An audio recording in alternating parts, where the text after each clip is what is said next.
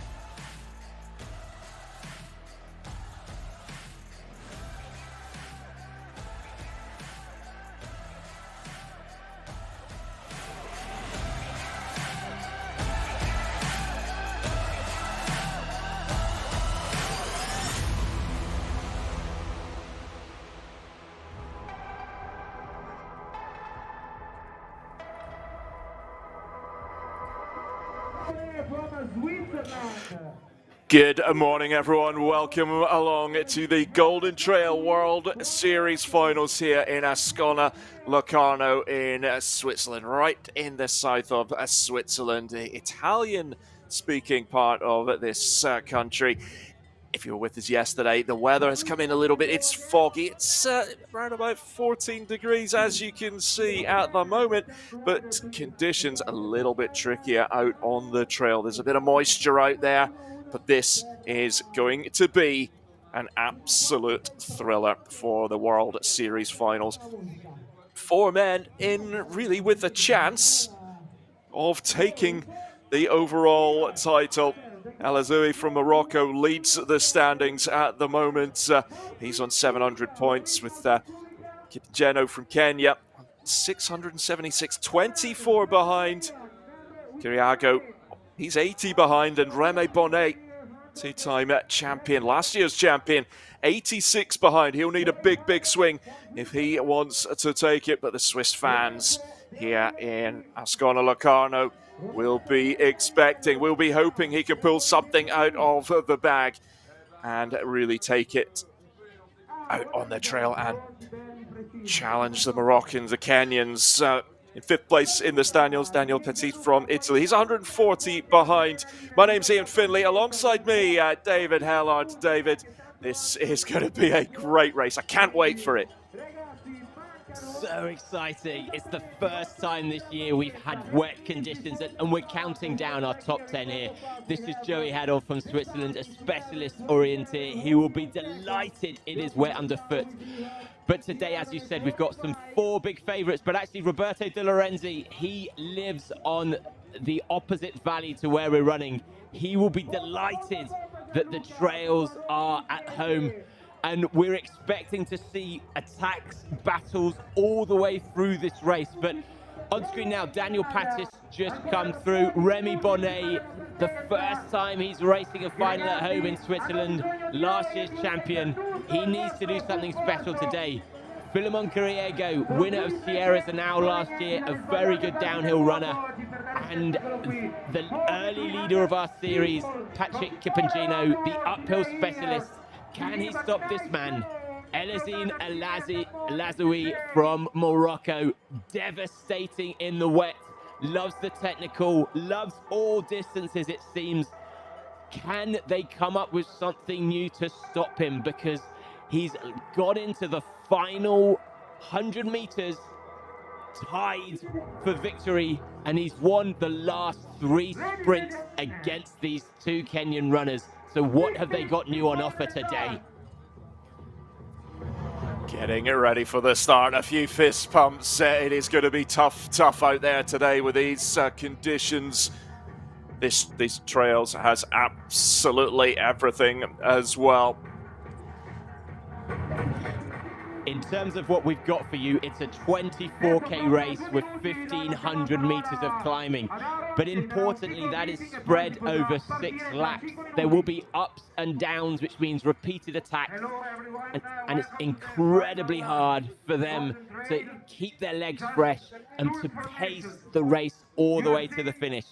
We're going to start with a 300-meter sprint, then a 1.7K loop. But we have the teaser of Chasing Dreams to give you an insight of what this racing is like. Today it's my day. I think if you want to win the race, you have to be confident and to tell to yourself that you will win. The finals last year, when Madeline and Judith beat me, I was like, that sucked. When I come back next year, I'm going to come back and show that I'm the best.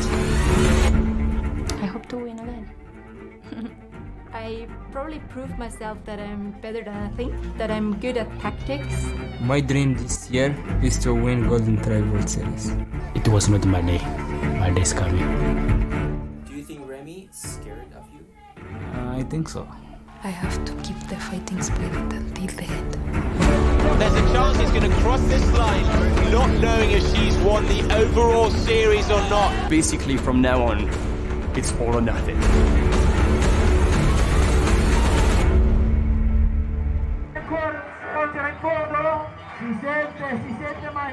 The race moments away here in Ascona Locarno on a foggy, misty day. It's not the coldest, 14 degrees, so it'll get a little bit chillier as we top out about 1,800 meters on this course. A series of trails that have got everything, long ascents, and particularly towards the very end of the race, for me, the toughest ascent that we will see, and some brutal downhills as well. It is going to test absolutely everything from these athletes. Elazoui in the driving seat, the winner of the Marathon du Mont Blanc, Headlands and Mammoth this year. Can he see it home? Just 24 points ahead of Patrick Kipingino from Kenya. These athletes, David, they've got a few minutes, haven't they? And they've just got to stay warm, stay loose, focus, calm the nerves as much as they can, because it's all about to blow up in a few minutes.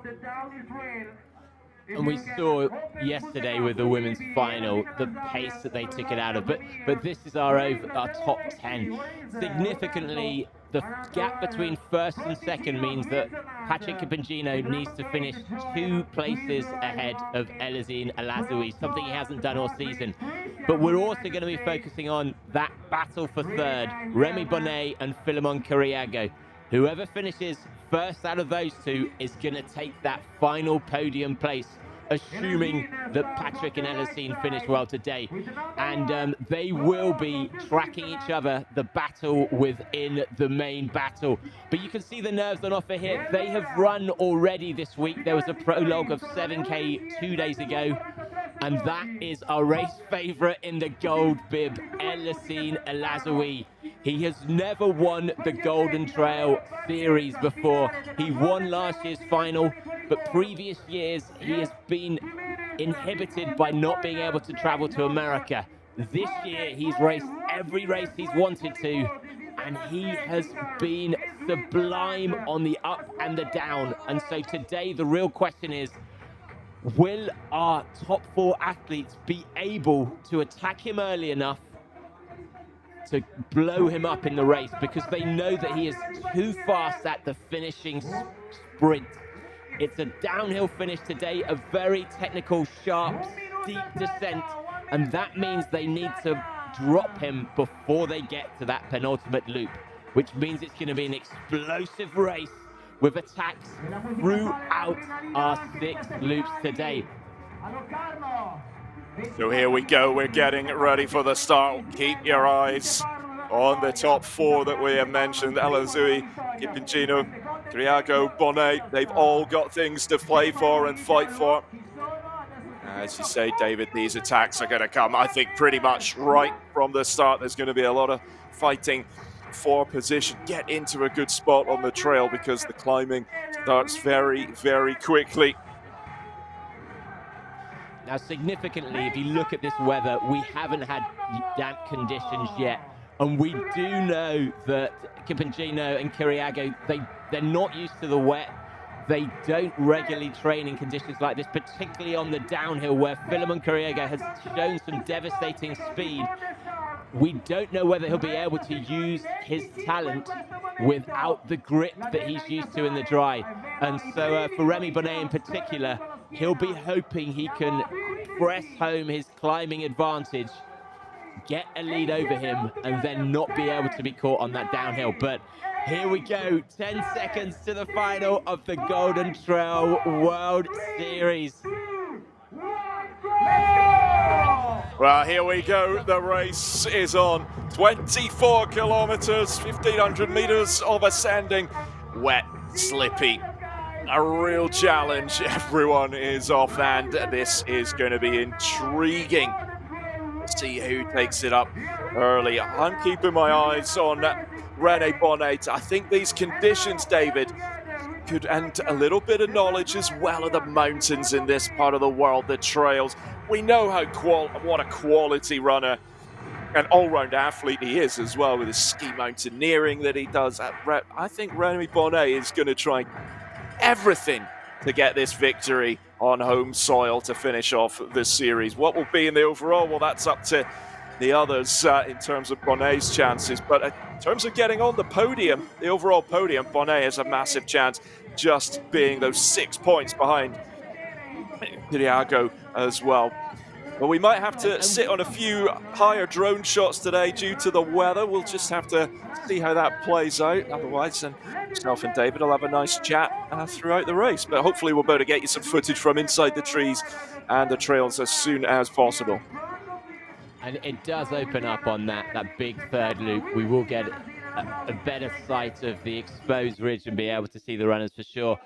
But wow, this is Liam from America leading out. He, I won't expect to see him in the top 20 necessarily today, finishing up. He's from the National Series. We know he's a very fast sprinter, but of our favorites, it's Philemon Kiriago there we see at the front.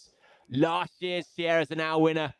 He has said that if he has a choice between sacrificing himself and Patrick winning today's race, he will do that. He is prepared to take one for the team, for Team Run Together. So the fact he's leading out now on this second loop, it's only 1.7K. This might actually be a tactic. They are already trying to upset El Hussein. If they can change his rhythm, force him into a speed he doesn't want to be, potentially they can blow him up. And El Hussein knows he just has to stay on Patrick's shoulder to win this race. And already now you can see Liam tiring down a bit and Philemon Kiriago leading out. Significantly though, in the blue here at the back, this is Timothy Cabet. He's never run in the Golden Trail before. He's never actually raced in Europe before. He is from Millimani Runners, the same team as Joylene Chipagina, who won yesterday. And speaking to his coach, Julian, he said he is a very strong uphill runner. So the fact he's in our lead group now, when we go out on lap 2 and we have that 550-meter climb, he's the individual who potentially could be pressing the pace and causing havoc for our top 4, changing their race strategies today. Just how much of an advantage is it when, with the likes of Kiriago and Kipingino, you were talking about tactically, they might work together a little bit here, running for the same team, and does that help? Is that a big advantage for those two riders? And how hard is it going to be for El Azui to try and mark any of those moves or tactics that the two Kenyans look to play out in this race? It can be. We've typically seen them run together before and actually communicate. And when you're running with someone, you know it just shares the pain of the climb. But this is their tactic, I think. The fact that they've sent Philemon out early. Now, we saw in last year's final, something similar. But Elisine and Remy Bonnet are great friends. Elisine is a Moroccan runner, a Berber, but actually he's based in Switzerland for a lot of his training. And we've seen in previous races, and particularly in last year's final, they've almost shared the work around the course where Remy has done the climbing. Elisine has been content to sit behind.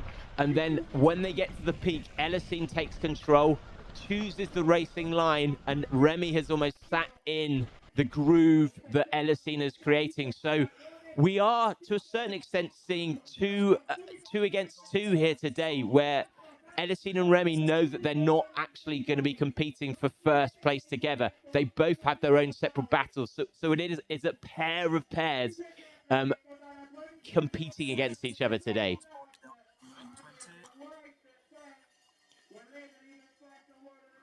Well, that is the mountain, the trails that we're on today. In some pretty tough conditions out there on the trails. And you can see the loops there, the climbing significantly. We still. Good morning, everyone. Welcome along to Ascona Locarno. It is the Golden Trail World Series finals here in southern Switzerland. 24 kilometers of racing, around about 1,500 meters of ascent on this hill overlooking the beautiful Lago Maggiore, which we might not see today because it is pretty cloudy, pretty misty.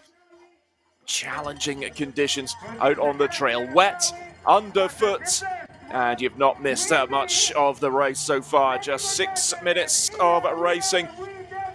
And coming through the cheer zone here, the man in first up, taking it out early. Philemon Kiriego from Kenya sits in third in the standings right now. He is the early pace setter in this one. My name's Ian Finley, alongside me, David Hellard. And David, early stages of the race, but we're seeing some tactics play out already from the two Kenyans. It's great to see.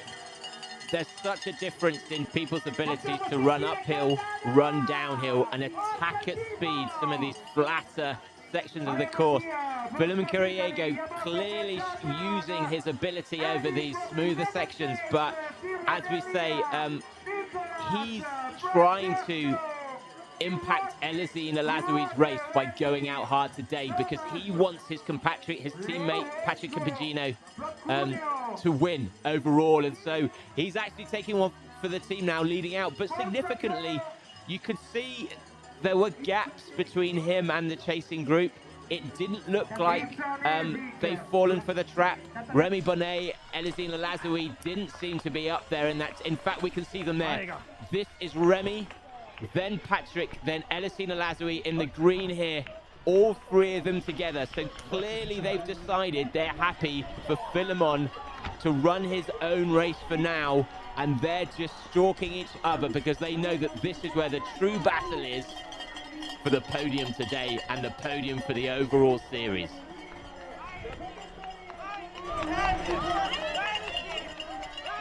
Well, the first time this season on really where it's damp underfoot as well, and as we get through this race, there's some real tricky towards the end of the race. I've gone 20 kilometers into it.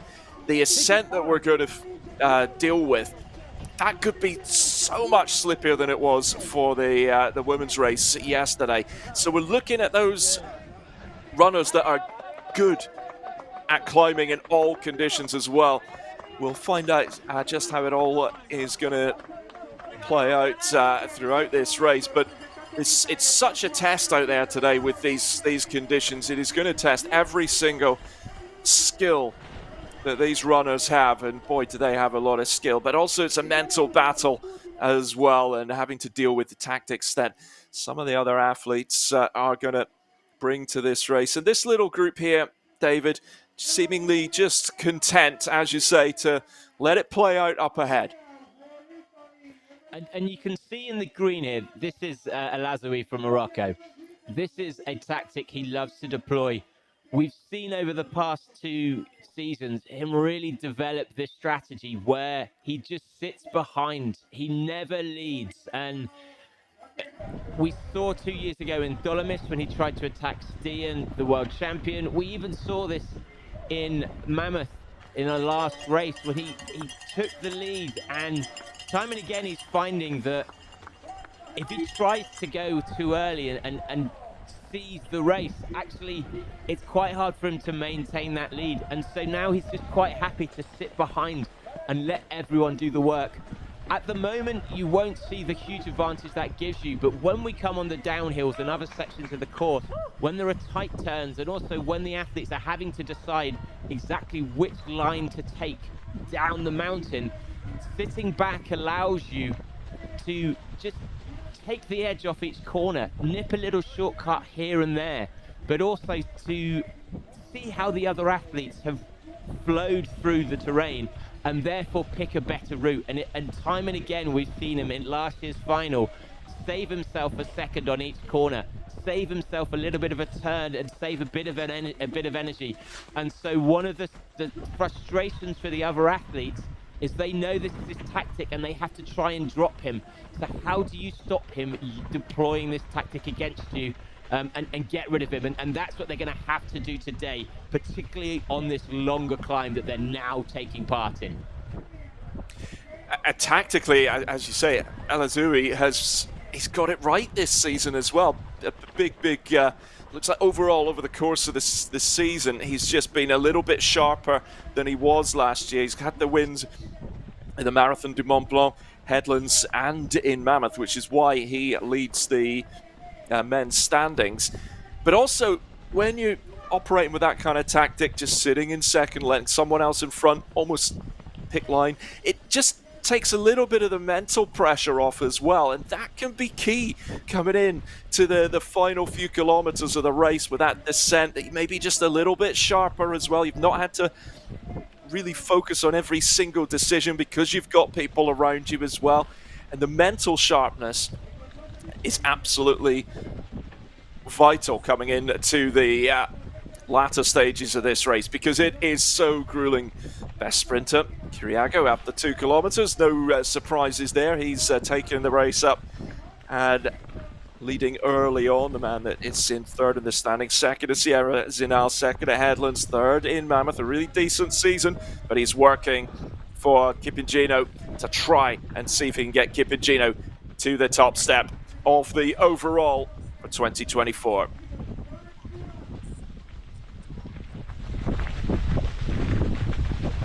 And Kiriago out in front, David. Yeah, and there really is some mental fatigue, as you say. It's been a really long season. We started in Asia in April, and actually that's when Patrick Kipingino, he won back-to-back victories. But we've seen last season, none of the winners of the final were the series champions, because it's so hard to stay in peak condition throughout the season. And significantly for me, Elisine hasn't been racing quite as much as the other athletes, and Patrick Kipingino, he's come into these finals looking tired, and in the final climb of in the big climbs of the prologue, he was significantly down on Remy Bonnet, who was attacking masterfully the some of the hills that we have today. That wasn't happening earlier on this season, and so they're coming in today not in as fresh as they'd want, partly because of the prologue, but partly just because they've had the build-up of that fatigue through the season. And so being able to just sit back a bit and not have to think too much does actually impact on how you feel throughout this race. And that's going to be essential in the managing the race today. But here we go. This is our top 10. And as you can see, our 3 favourites, Patrick Kipingino, Remy Bonnet, and El Hassin, not in even the top 5, because they're just tracking each other. In terms of our top 5 at the moment, Christian Allen, a very fast road runner. He's got a 28 10K. Another American, Liam, surprising to be up there as well. But being led at the moment by our 3 Kenyan runners, who I suspect have gone out too quickly based on previous form. So while that was our top 10 currently, I think I'd be surprised if anyone in our top 5 now actually makes it to the end of the race in our top 3.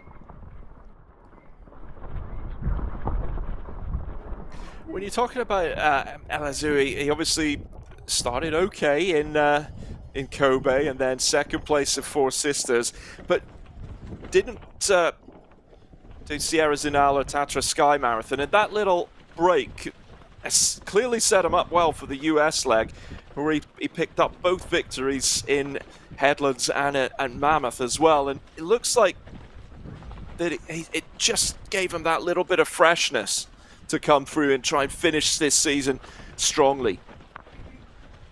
Yeah, and the way he won those 2 races, it reinforces how important being fresh is.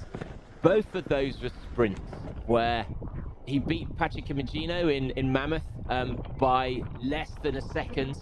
He beat Philemon Cariago by less than a second in Headlands, and so it came down to just having a little bit more sprint in the legs. And so they both know that that's his tactic and that they need to get that sprint finish out of him today. But we can see there is a little bit of a gap now starting to form between our front 3. You know, Philemon Cariago doing fantastically well here, but this is where we're going to see the power of our climbers. Without doubt, the best climbers in the world, Remy Bonnet, Patrick Kimagino. The world champion over the vertical kilometer is Patrick. In terms of the highest ever trail running score for climbing, that's Remy Bonnet. And so these 2 now, I suspect we will see start to cruise past these Philemon. Whether Timothy Quebec then sticks with them will be a question, but I wouldn't be surprised as it gets a bit more technical and the steepness increases if our 3 favourites soon pass and actually set themselves up for what's going to be a very, very long climb. Well, we're seeing Kevin Kibet here as well, 4th in the prologue. Was maybe a bit of a surprise that he finished so high up in the prologue, but he's showing that some pretty decent skill on these trails. No relation to Timothy Kibet, who's in this group as well. But Kevin Kibet, relative surprise in the prologue, finishing in 4th place. But this is a totally different test, isn't it? Yeah, and this we quite often see with some of the Kenyan athletes coming out where we know they have speed. Kevin unusually backs himself for his downhill, and we first saw him race this season in Zagama, the marathon. It was wet conditions there. He started out incredibly well and actually was almost defeated by the course, but in the prologue, in the downhill, he was incredibly fast. 4th in the climb, but 2nd overall in that downhill, only beaten by Elisina Lazoui. So, given this shorter distance, 24K, Kevin actually is someone who, of these 3, could have a performance the other athletes aren't necessarily expecting. One of the challenges will be, though, while it is only 24K, 2 hours, we know that Philemon's had issues with his nutrition. He hasn't always finished strongly, and we can see Patrick Kimagino here, bottle in hand, the first athlete of those 4 who's actually taking nutrition on the course. And while it's a relatively short race for some Golden Trail races, that could be a factor today as well. Well, every athlete with slightly different nutrition strategies as well. We've had morning to everyone on Eurosport that has joined us. Thank you so much for tuning in. And David, there's a whole variety of different hydration, nutrition strategies out there. And even with with the three Kenyans that we're seeing at the moment, a big variety of strategies as well. You said Patrick Kipinjago's already got the bottle. What sort of different strategies might we see out on the trails? Certainly a mix of gels and drinks. They do go through our cheer zone 7 times. We saw that at the start. You can hear the energy, and that's when they'll be able to hand off their bottles and get new ones. It's also where they'll be able to pick up some tactics. And actually, Philemon Kariage there, you can see he's got a bottle in hand. But we saw yesterday just how brutal this latter end of the course is. The final 600-meter climb is so unforgivingly steep, and Joyce Njuru, the series winner, who came 3rd yesterday, she absolutely blew up in that final climb, and I believe that was partly due to the pace that Joylene had taken it out at, but was also because of nutrition. And if you're not fueling well now in these opportunities that you get to, it really will hurt you at the end of the race. And this is when you want to be fueling on the up. We saw Judith Weider, an incredible downhill descender, absolutely fall flat on her face yesterday on the down when she was reaching for her bottle. It's quite a fiddly course running down this terrain, and you need to keep your concentration up. So you use these opportunities where you're not moving as quickly to take on your fuel. And that's what will be essential now to ensure that they get into the end of the race. But we can see now our top 6 closing together. But it seems Patrick and Remy happy to sit back. I thought Remy might be using this climb, the longest one of the day, actually to attack a bit more. But maybe they're deciding it's going to be our final big climb where the damage will be done. Do you think, having watched the women's race yesterday, maybe there was some, actually, let's just keep it together, and that might be the point to attack? Do you think the women's race may have played into some of the tactics today? After most of these men, if they didn't watch it live, they certainly would have been, I'm sure, just getting a look at it. But I was with you. I was expecting Remy Bonnet to maybe just take it up on this, but we're not seeing that. But hey, he'll have his plan. He'll have his tactics. And one of the surprises yesterday, and here come the Bath flags. Yeah. I'm sure that's I think that's Sarah Alonso on the course there. I think fantastic race yesterday, 2-1. What really surprised me yesterday, and which could be a factor today as well, on that steeper climb, it was very obvious to us as viewers that our athletes should be power hiking the top of the climbs. And we saw with Joylene, we saw with Joyce and Giroux, they were both so focused on running that actually they missed the opportunity to rest slightly, to change their muscle groups, but actually it was significantly slower. And this is where athletes like Remy Bonnet, who are a bit more tactical, will have practiced their power hiking, their power walking. And that means that final climb, not only are they powerful climbers, but they will know the tactics to actually manage that significant climb. But let's see if they can attack now. The final climb, the real joy of today.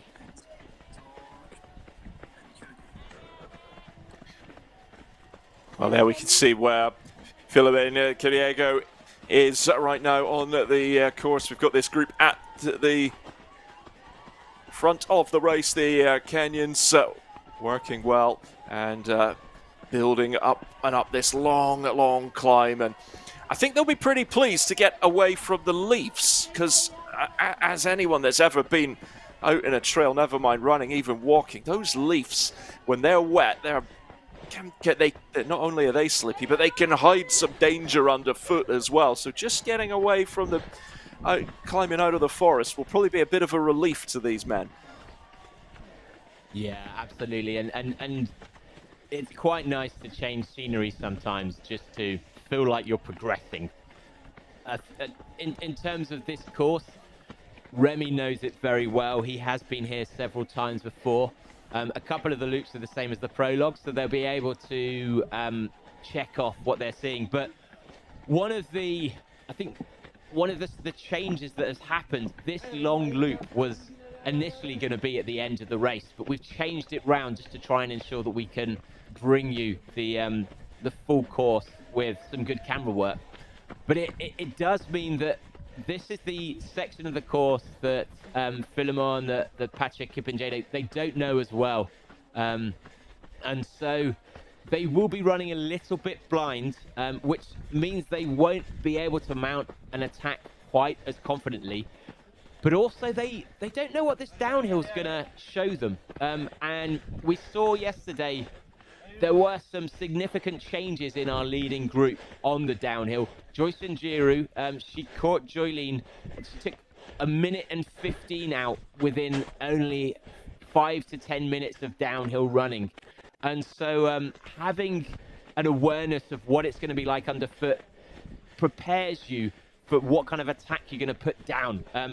The downhill could be where we're going to see more gaps form, because it seems at the moment that no one wants to actually make a move. No one wants to put pressure on quite yet. They seem quite content. But it still looks like it's tricky underfoot. We saw there Kevin Cabet like slipping a little bit, looking back. It's not easy running by any means.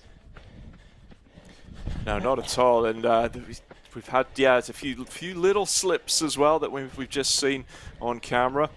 Big shout out to everyone out out on the course, providing these beautiful, wonderful pictures. Out running, out on the bikes as well. It's absolutely fantastic pictures that are being brought to us, and a testament to the crew out that are battling the elements and the physicality needed to come out and bring these pictures as well. It is not an easy thing for these camera crew to do.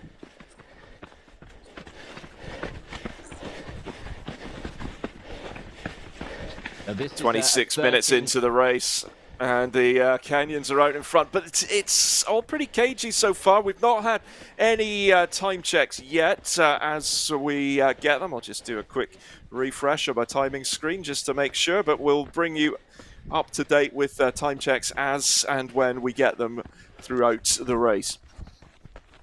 And we're sat now behind Christian Allen, and I think that's Robert Kimoy.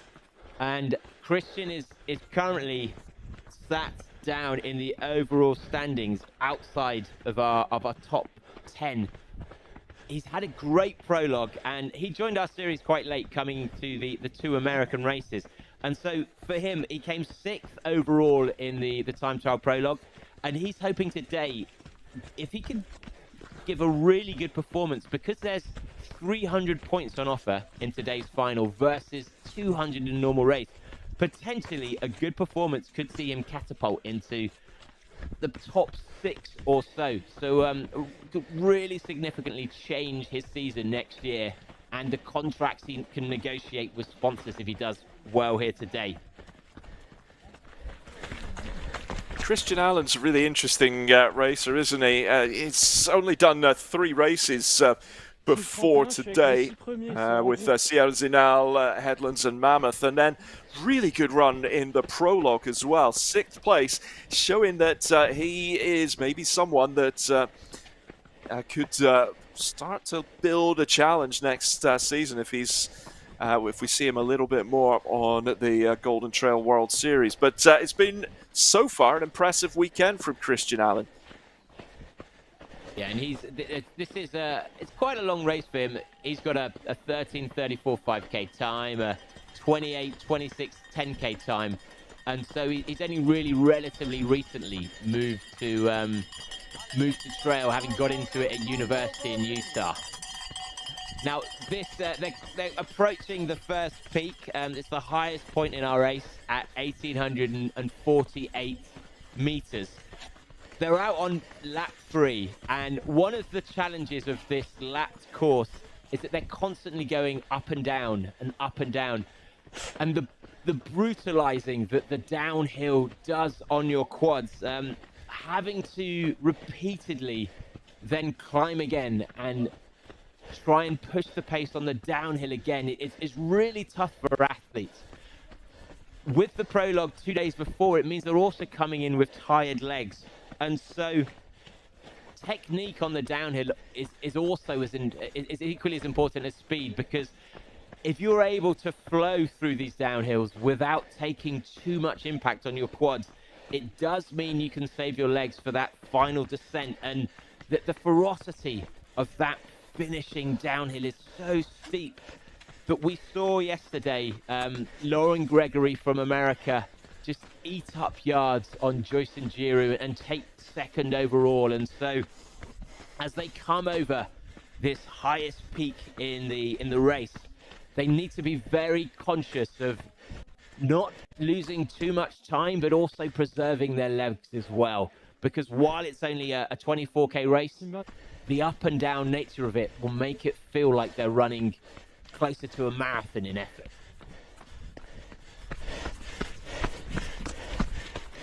Well, out of the trees now, and it all starts to open up slightly different terrain here at this part as we're building towards the highest points of the course here. We're in southern Switzerland, Lago Maggiore, not too far away.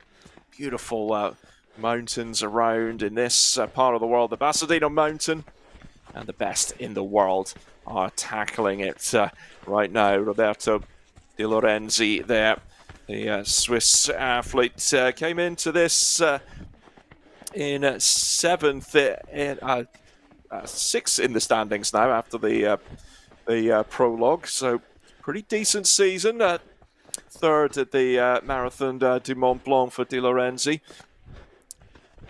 Really strong athlete, and clearly relishing home soil, and looking pretty good, flowing pretty nicely, but still very early stages, just 30 minutes into this race. And he'll be delighted to be where he is right now. I suspect this front group will have some casualties later on in the race.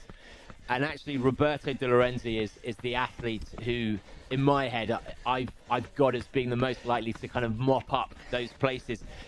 He's sat in sixth, but he's only 6 points down on his teammate, Daniel Pattis. They're great friends, both Roberto, Swiss-Italian, Daniel Pattis, Italian himself.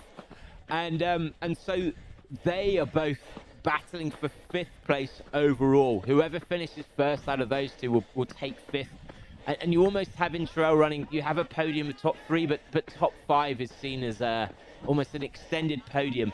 But he will love these conditions. He's the European champion, and he won that race.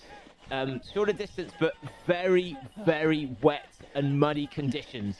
And so he will be delighted with the that it's getting slippier and slippier underfoot, not only because he knows the course, but because it certainly suits his skill set.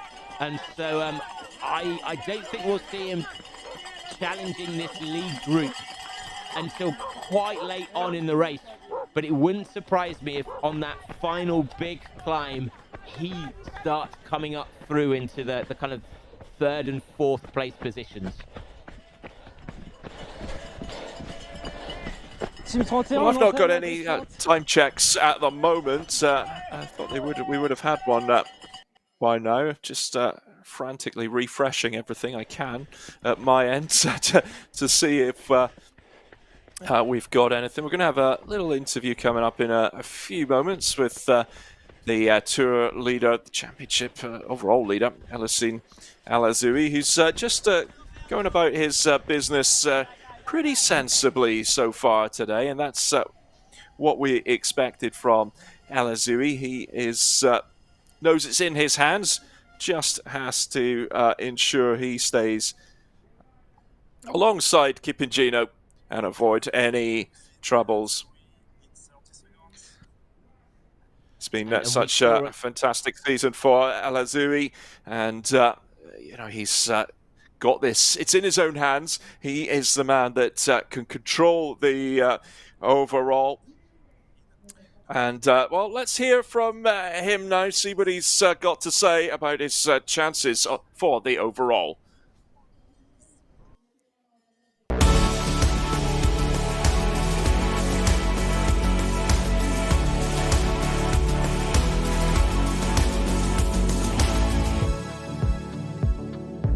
For me, reality is big advantage because I training sometime here and I now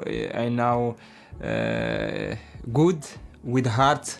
I am happy for this parcours. For me, reality I don't have, for example, any tank strategy. I just I forgas in the finish and start. For me, it's a big dream for me and for my family and for my country and for the friend, for fun, for my team. This is a big story.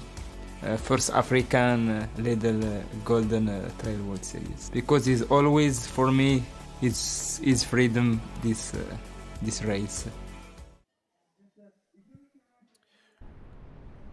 David, how big will it be if he wins it?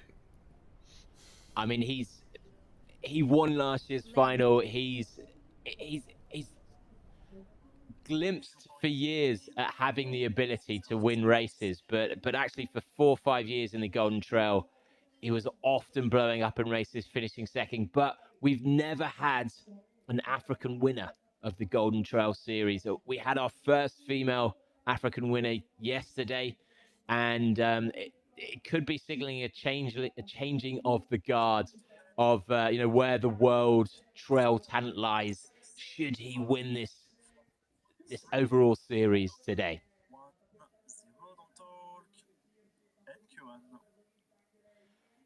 Now, could you see the backgrounds? We saw a little bit of a glimpse into Roberto De Lorenzi, arms in the air, and while these downhills, they're not too steep quite yet. You can see there are quite a lot of rocks around, and this mist and water, while it is making frustrating viewing, actually is. And look at the gaps there already. Whoa. We can see there's significant gaps in our front runners. We should be able to find out some splits at the bottom, what's happening, but maybe not the gaps. It looks like we do have our six runners on the right there together.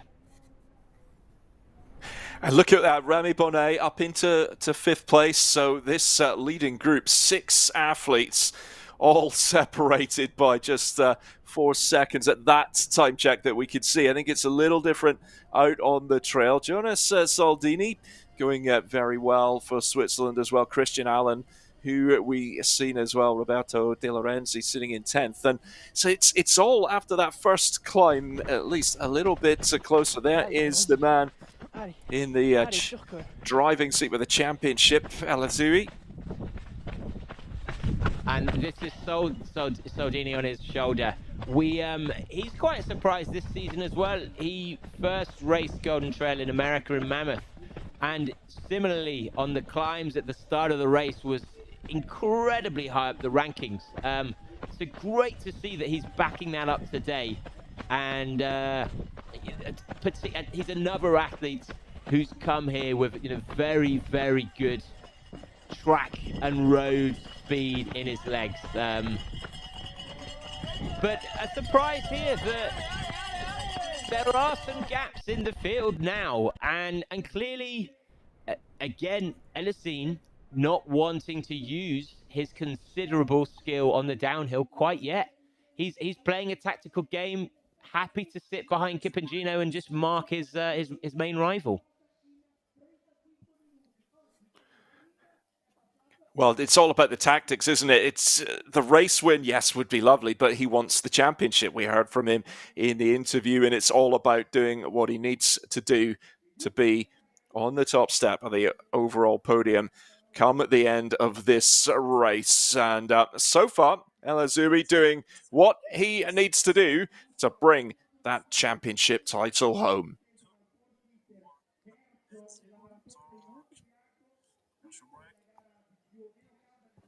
Now, we did see last time these switchbacks were where some of our athletes took the opportunity to really attack this downhill.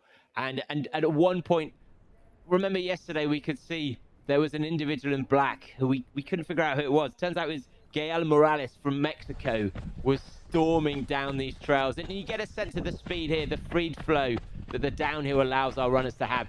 So we currently have on screen, this is Jonas Saldini from Switzerland. He knows these trails well. Elisine Alazoui just in front of him. And Patrick Kipangino are top two in the series, running together at the moment.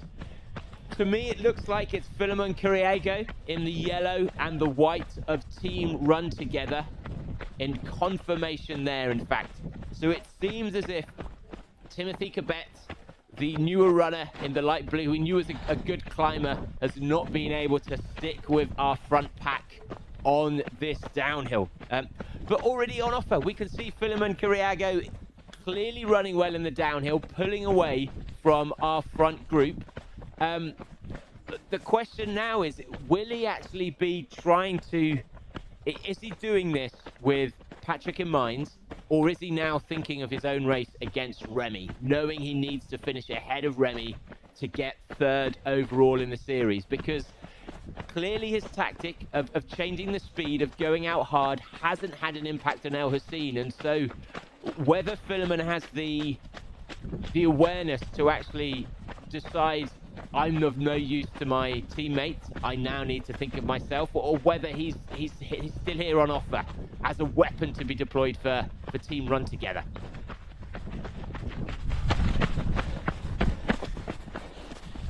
Well, it's all very, very intriguing as we're on the descent, as one of the camera runners just decides to try and take the shortcut, which is pretty good. I like it. That's creative filmmaking. It's a huge thing, and it worked, didn't it? I like that approach, and keeps up with these runners. Can you imagine trying to do this holding a camera with or a camera strapped to them, I imagine. So it's just not easy, is it?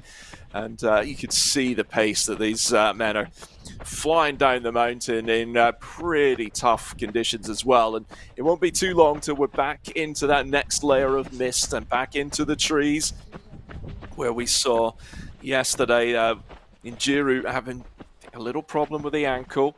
And yeah, this is all about being alert, being aware of everything happening around you, the tactics, the conditions, as well as managing your own resources through this race. But the championship talent challengers are all where they need to be at the moment.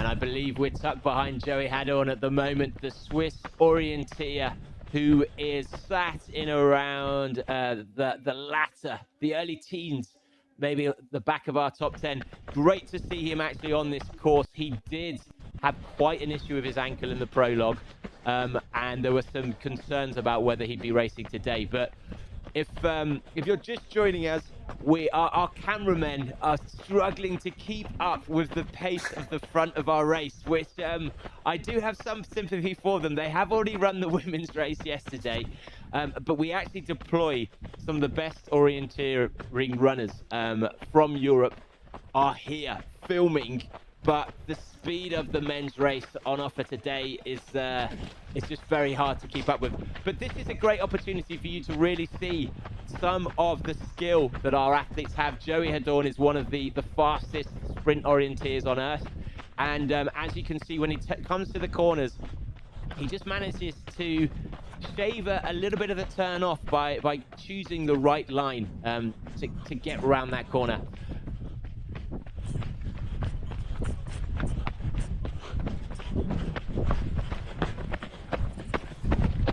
But we will be bringing you highlights of our prologue shortly. The prologue was worth 100 points. Today's race is 300 points. Significantly, it didn't change too much, our top 3 results, but you get an insight into what the skill levels of our runners are here today, and therefore what we can expect later on this course.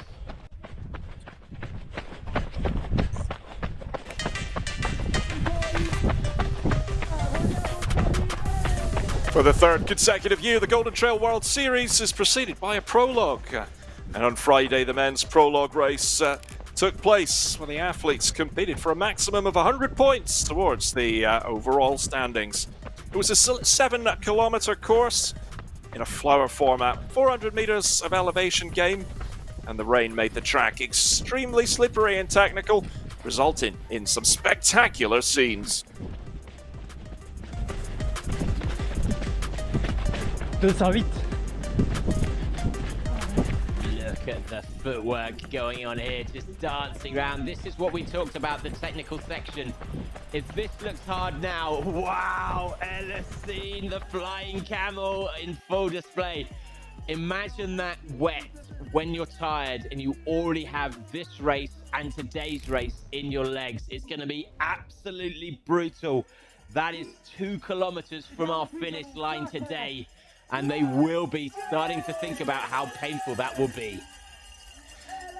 Well, Elasine Elazouhi had a fantastic race, capitalised on a small lead from Kevin Gino. It was only 24 points ahead.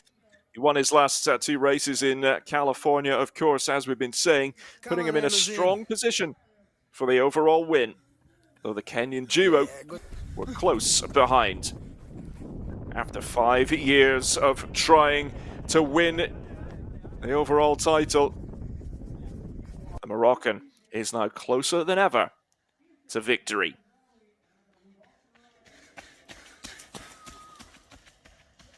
He's just such a gorgeous runner to watch, the way he flows when he's in his prime. Now, the prologue really gave us a snapshot a little bit into the tactics. This is Remy Bonnet's prologue, and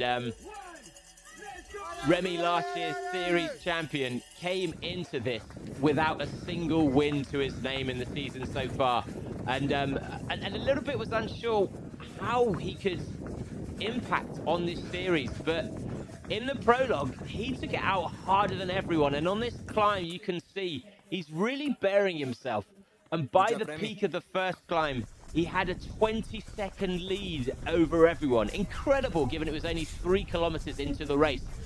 And so for me, the prologue with Remy was almost a test run of today's race, and the tactics to see if by attacking early, whether that would actually put him in a good enough position to change the overall rankings. And he came second overall in the prologue because of that strategy. Finished 25 seconds behind Elasine in the end. Patrick keeping Jado, looking to maintain his second place in the overall standings. 5 podiums this season. He's right behind Elasine Elazouhi, and coming through in 3rd place in the prologue, 26.39 his time. Ended up, David, 50 seconds behind Elasine at the end. Yeah, and 50 seconds on a course like this is a big amount of time. And I mean, Patrick doesn't look too bad there, but significantly on the downhill overall, you talk about those 50 seconds, he was 44 seconds slower than Elasine Elazouhi on the downhill. And so the entire rest of the course, they were neck and neck. But actually the damage was done on the downhill. And so that is his fear today. They've got the same finish in today's course.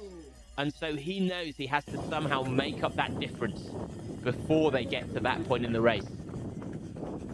Kevin Kibet, we talked about him, a bit of a surprise performer in the prologue with some unexpected skills on display. Really great run from him. Really exciting to see, and look at him go here. He's not taking the brakes off at all. And he said to me before the Gamma, I am a downhill runner. I could sense the glee in his voice about the being able to demonstrate at Golden Trail how good he was on down. In the Gamma, it was incredibly wet, and by the time he got to the down, he was too tired, and so actually had a shocker.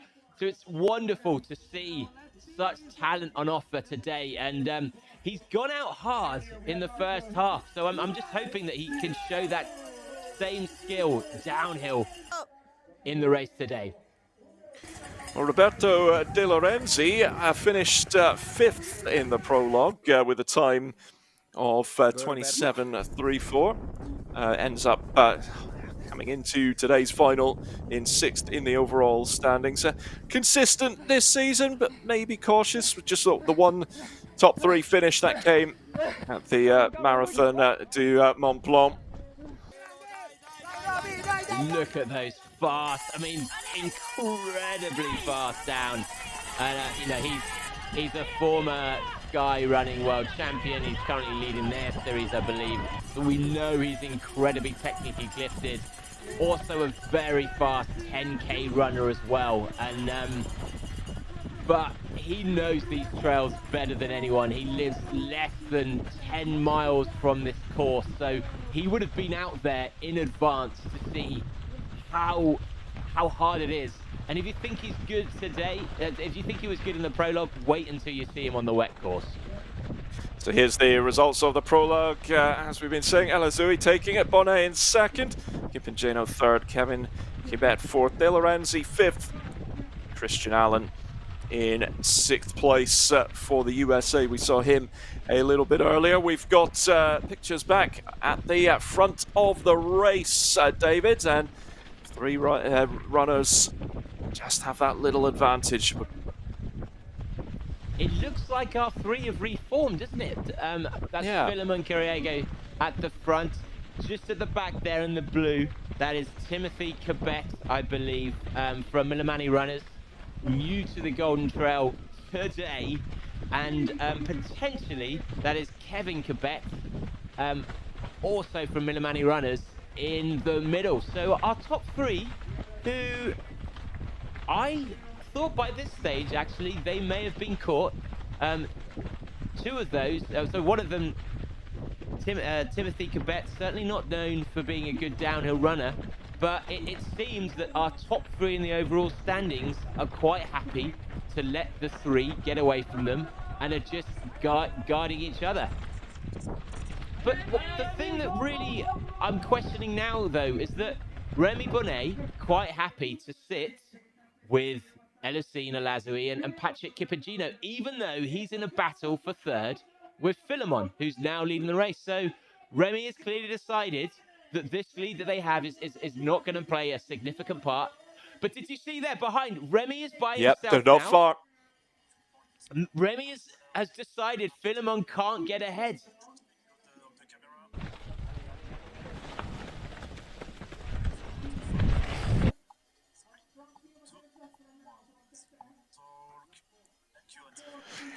Well, David, they are a lot closer than perhaps we had just initially thought there, so it's going to be very, very interesting, isn't it? And they're not far behind this group of 3. And the race tactics are clearly coming into full view now. Remy Bonnet has decided, it seems, to pick the pace up. He doesn't want to lose this front pack, but we could see behind in that little shuffle turnaround, Elusine Alazoui and Patrick Kipingeno, our 2 series leaders, still locked together. But the fact that they have now been caught by Robert Kimoy and it shows that maybe they slowed down a bit.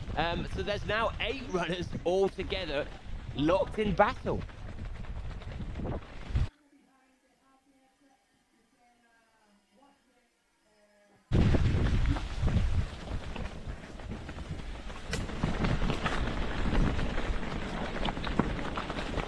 This section of the trail, you said it yesterday, there's a few little, almost like very gentle rises, and it's important to get the pacing right on this sort of section, isn't it? It's not super steep, but we know what's to come towards the end of the race with a 600-meter climb.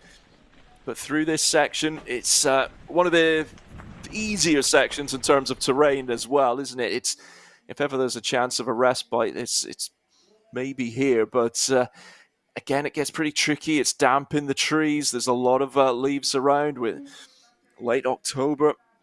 It won't be long until the snow starts to fall. Yeah, he's off. Yeah. Look at the gap he's creating here. And maybe we've got the tactics completely wrong here. If we think back to that prologue, we didn't show Phil at all in the footage, and that's because he wasn't in the top 5.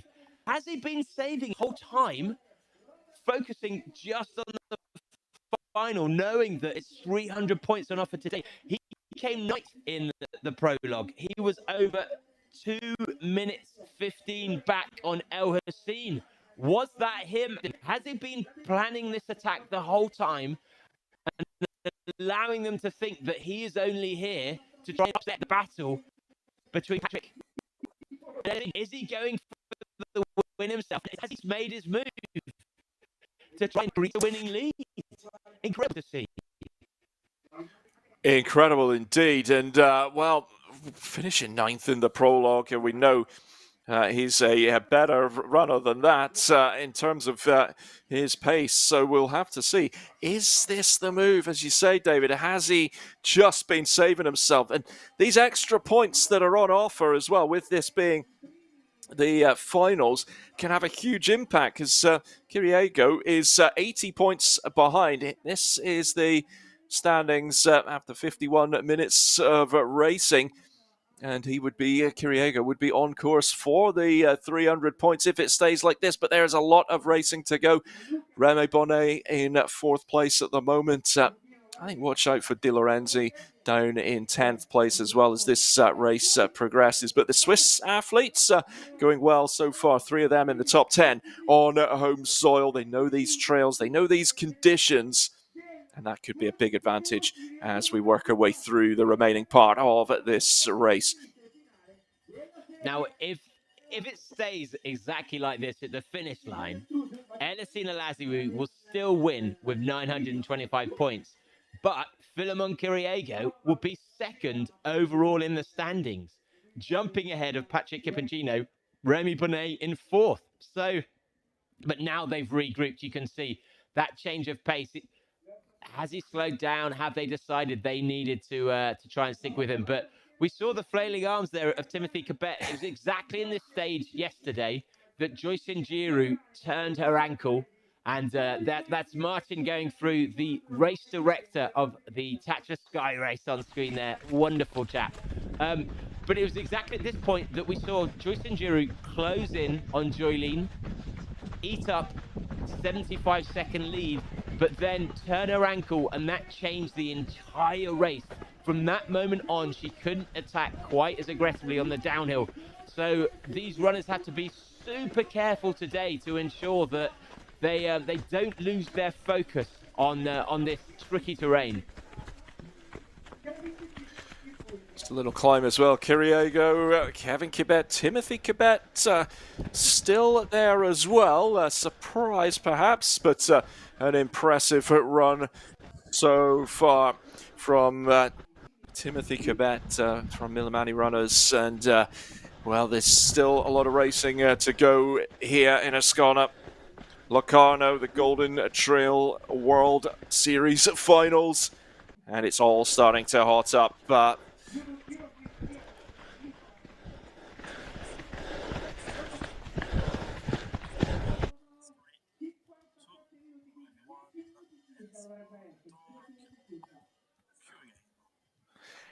What do you do if you're the man in 4th in the standings, Remy Bonnet here? Are you building towards a big attack on that final 600-meter climb? He's got to be. He's got to be, right? Has to be, doesn't it? Surely.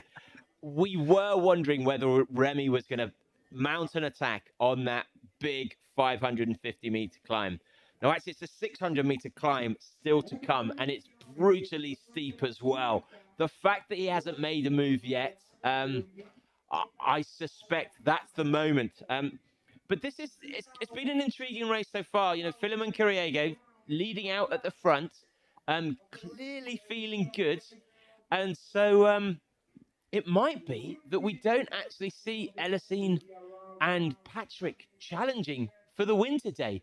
Potentially, with how close Philemon and Remy are together, Remy having to try and keep up with Philemon, he could be mounting an attack on that hill from ahead of Patrick and Elisine. And so it could be that the two series leaders don't even feature in our top two today. If Philemon keeps on aggressively leading out and Remy then has to respond. But we're currently in the long third lap. It's 13 kilometers. This is the 680-meter downhill before they then go out on another lap of 4.2k, a faster loop. So we're currently seeing the longest downhill. This is the end, really, of the big advantage for Philemon Kuriego. So the fact he's not made a significant gap yet could be telling towards the end, but with a race like this, you just don't know how much damage having to keep up at that speed is having on the legs of our athletes. I think we'll find out on the final climb just how much damage potentially has been done. But I think tactically from Elazığ, from Kipingeno, they're doing the right thing. It's the overall that really matters. And if Elazığ went out and tried to win the race, he might still, who knows, he might be feeling great and he's got his tactical plan in place. But it's about the overall, and if you get drawn into that battle too early in the race, then that overall suddenly could be at risk. And I think tactically, from what we can see so far, everything is working out okay for Elazığ. And we saw yesterday that Madalena Faria, she was second overall in the series. She's had a really tough season, but she took it out too hard and she ended up in 7th overall, not even finishing in the top 30. She completely blew up, joisted her ankle, and at one point was looking like she was going to sink, ended up in 3rd place, having led. So it is essential that they don't take too many risks here to protect their overall series.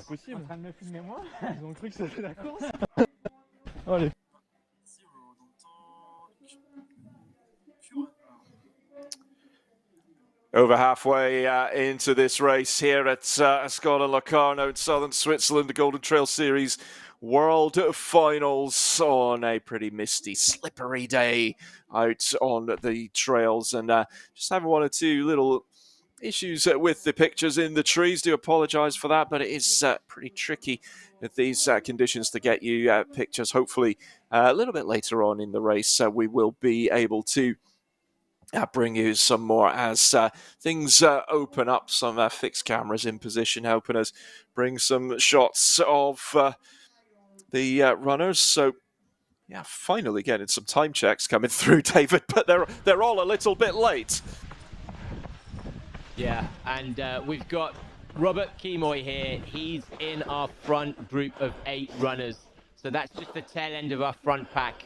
And we're wondering about the impact of this race has. We're going to see Joylene, our winner of yesterday's race, and then we'll talk through quite how much change this race has had on her life. On Saturday at 11:35, the season's best 30 female runners launched their attacks in the final. But for the very first few meters of the race, Kenya's Joylene Chipingeno powered away from the start. She's not one of the season's finalists. She didn't race enough in the Golden Trail Series this year to have enough points, but a big surprise package she's been this season, winning in Sierra Zinal when she was almost unknown to us all, and returned to racing in 2022, and a lot of effort in to get into racing shape as well.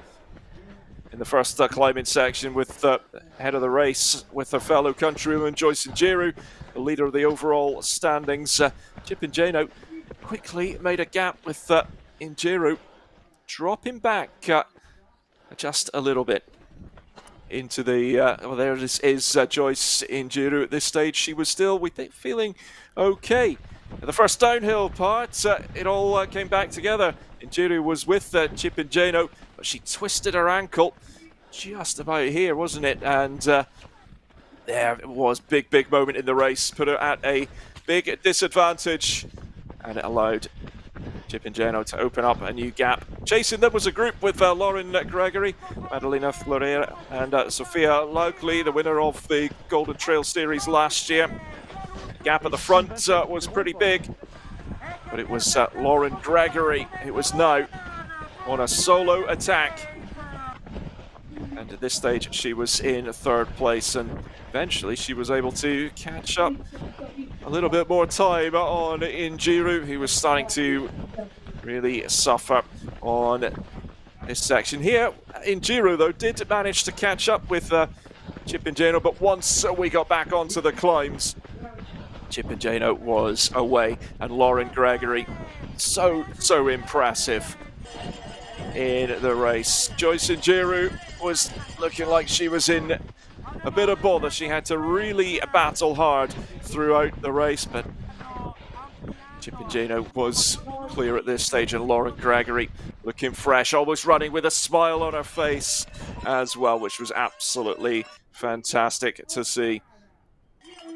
There was still some serious climbing to come, and Cipingeino tried to run this huge 600-meter super steep climbing section. Injiru was struggling, trying to power walk up as much as she could. It tells you how steep it is. It's going to be key in the men's race as well. And all the while, Lauren Gregory was closing in. Onto the downhill section for Cipingeino and for Injiru as well. Cipingeino looking good. She did keep looking over her shoulders, but it was Lauren Gregory that really attacked. She did have a little slip here that could have been more nasty, but thankfully she was able to bounce back up, and here was where she passed Joyce Injiru, but it was Joylene Cipingeino that was able to come through and claim her second big victory of the season, and she rightly celebrated it as well. 4 minutes 20 ahead of Lauren Gregory, but what a race we had yesterday. So many storylines in the women's race, and it was all eyes on Joyce Injiru, and she was looking to come through and cement the overall, which she was able to do in the end.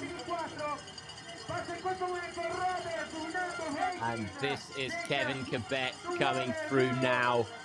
We saw Philemon Kirege leading our group of, it seems, 6 runners through the aid station. Robert Keymoy back in 8th, coming through as well. So all very close, and Jonas Saldini there, the Swiss runner who is new to our series in the last race. So very, very close. Our top 6 runners all still close together. Potentially, though, that looked like Kevin Quebec might have been spat out at the back of the pack slightly.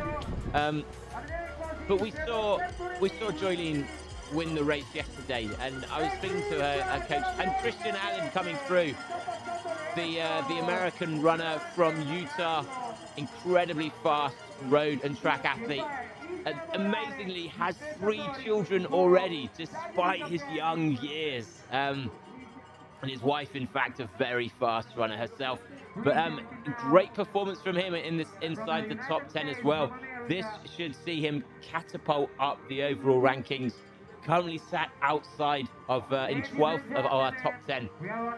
Now, we talked about Joylene winning yesterday, and her coach said to me that afterwards she was laughing that she used to be digging holes as a farmer for €1 a day, and yesterday she won like over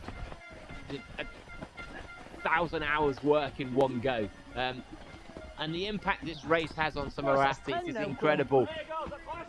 We know that Elisine in Morocco, his family have suffered some great floods, and there's been something on his mind the last few weeks, and our leader at the moment, Philemon Kiriego, the winnings from this season so far have allowed him to open up a restaurant in Kenya and a shop. So these athletes are running for more than just trophies today. It really is the ability to transform their lives back home. We talked about it a little bit yesterday, David. We're seeing the Kenyans now starting to be more and more prominent, and obviously with El Azoui from Morocco as well. But Do you think we're going to see it's great word, so the impact that it's winning and doing well in this series can have, aside from being an athlete, it's just in terms of your life and supporting your family. But do you think this is going to translate into other parts of Africa, maybe, and within Kenya, Morocco as well? Because we know the talent is there, and it's so stacked and hard to be successful on the road. But maybe there's going to be a few athletes looking at this series going, do you know what? I fancy this. And it could change the dynamic, the makeup of the series, which I think is a fantastic thing, and taking it even more global. Maybe we'll even get a race in Africa one day. That would be absolutely fantastic. Yeah, absolutely. And we've seen for years races like Sierra now, which is in our series. We've seen a lot of Kenyan athletes. That is almost the first race that people try. But does it look like, has Remy pulled away at the front of this? It looks as if Remy has created a clear gap between Elisine on screen now and Patrick Kipangino. So there is a chance that this group is starting to break up, and there are gaps in this race. The battle is on.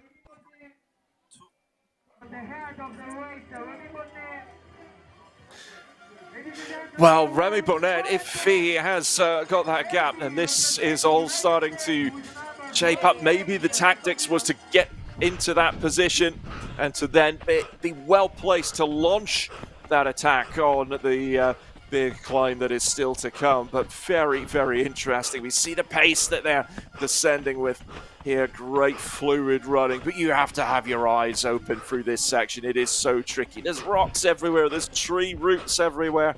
It is tough out there. And if this is correct, head of the race, well, I just want to have that confirmed first, because there's a chance that Philemon Carriego is ahead of this and our camera person isn't able to keep up. But who has thought that Remy was going to be attacking on the technical down? What a masterpiece of strategy. We know about the big climb, and actually, maybe this is his strategy. The big climb is the end of this downhill. We have a long 600-meter drag, and so maybe he is time trialing, using his knowledge and this slightly harder terrain to mount his attack, knowing that he has that long climb to also bury himself to get enough of a gap to see him through to the finish. So if he has done that, what an absolute genius move to have made. And clearly they've not responded, whether they're just happy to go or if they just can't take this pace, because Elisine will be happy to sit behind Patrick, and Patrick hasn't got the technical skill to run this, but we can see there, that's the two runners have run together. That is Philemon and Patrick together, so we can confirm Remy has made a decisive move, and at the moment it looks like only Timothy Cabet, the new runner today on the Golden Trail for the first time, is the only person who has responded to the attack. Well, unbelievable stuff, and this is probably part of that local, general area knowledge, isn't it? He knows what these trails can be like, and as you say, maybe not quite known for attacking on the descents, but you see the pace he's going at. But this is clearly part of the plan. Build some sort of advantage on the descent. He's maybe surprised a few people as well, and he's got even more to play with when we get to the ascent as well. So difficult for the camera runners to keep up, but what a display these men are putting on so far. And now Remy Bonnet has blown this race open with this move on the descent. And if he, I mean, this is almost the full circle of the birth of the complete athlete in Remy Bonnet. We saw him win Zagama back in 2018 as a very, very young runner, a supremely confident climber. And those first few years, he really struggled with injury and was focusing very much on being the best climber in the world. And it wasn't until 2 years ago that he realized his climbing skills were never going to win him races. And so he's really done a lot of work in the last 2 seasons to work on his flat speed, but also his downhill. But until today, while he vastly improved his downhill ability in races 2 seasons ago when he won the series for the first time. He's never pulled it together in the wet for me. So actually today, he's showing now that because Elisine and Patrick have been so fast on these courses, he's realized he's got to get his advantages elsewhere. And he's really giving a masterclass in all-round trail running right now. Incredible to see. Yeah, absolute masterclass. And obviously we all know about his climbing ability, that record on Pikes Peak in 2023, but it's an all-round test. It's no good just being fast on the uphill. You've got to run downhill fast as well, which I actually find even harder. I'm terrible going downhill. Still have to walk on the uphills as well, so it's more of just a walk for me than anything else. But unless I've got my dog who loves the trails. But this is impressive, isn't it? It's so good to see, and it means it's all shaping up for the final part of the race as well, because Remy Bonnet has put himself out there, but he's not got a huge advantage, has he? He's not got a huge advantage, and just listen to the breathing of our camera person. poor cameraman, who was probably thinking this bit they could jog or just run quickly. They didn't expect the attack. But the fact that Remy has a 10-second lead isn't significant yet, but he is the best climber right now. So can he extend this lead and bury his opposition on the hill?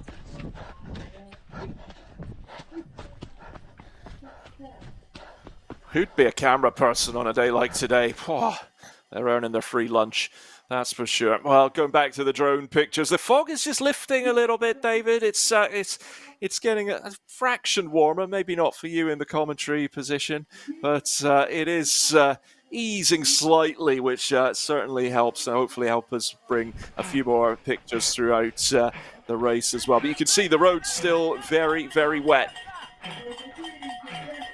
Yeah, and this is where Philemon Carriego can deploy his pace now.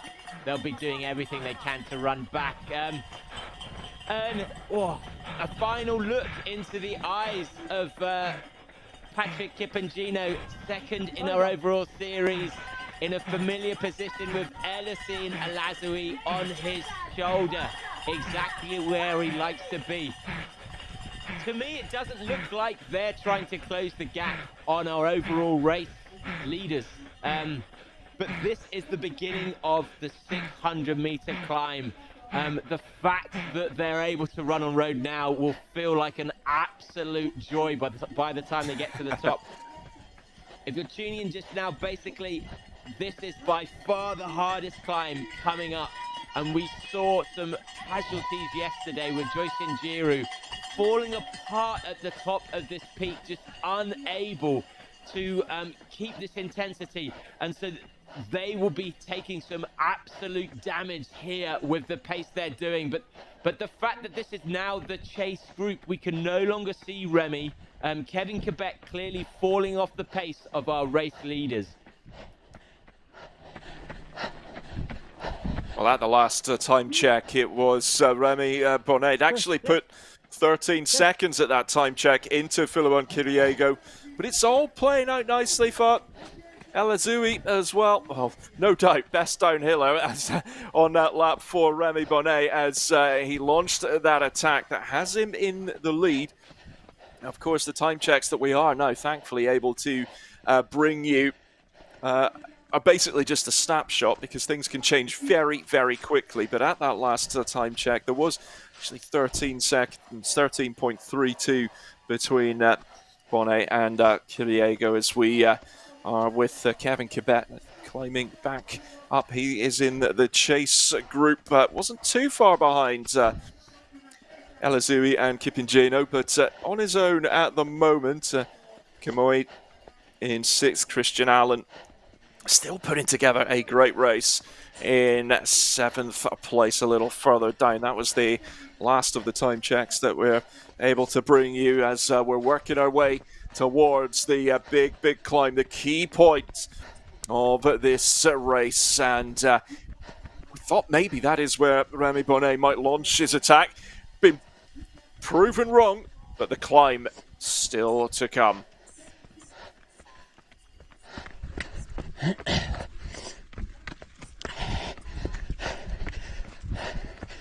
Kevin Kebet now sat here in sixth. He is in suffering. He's been spat out the back of our lead group.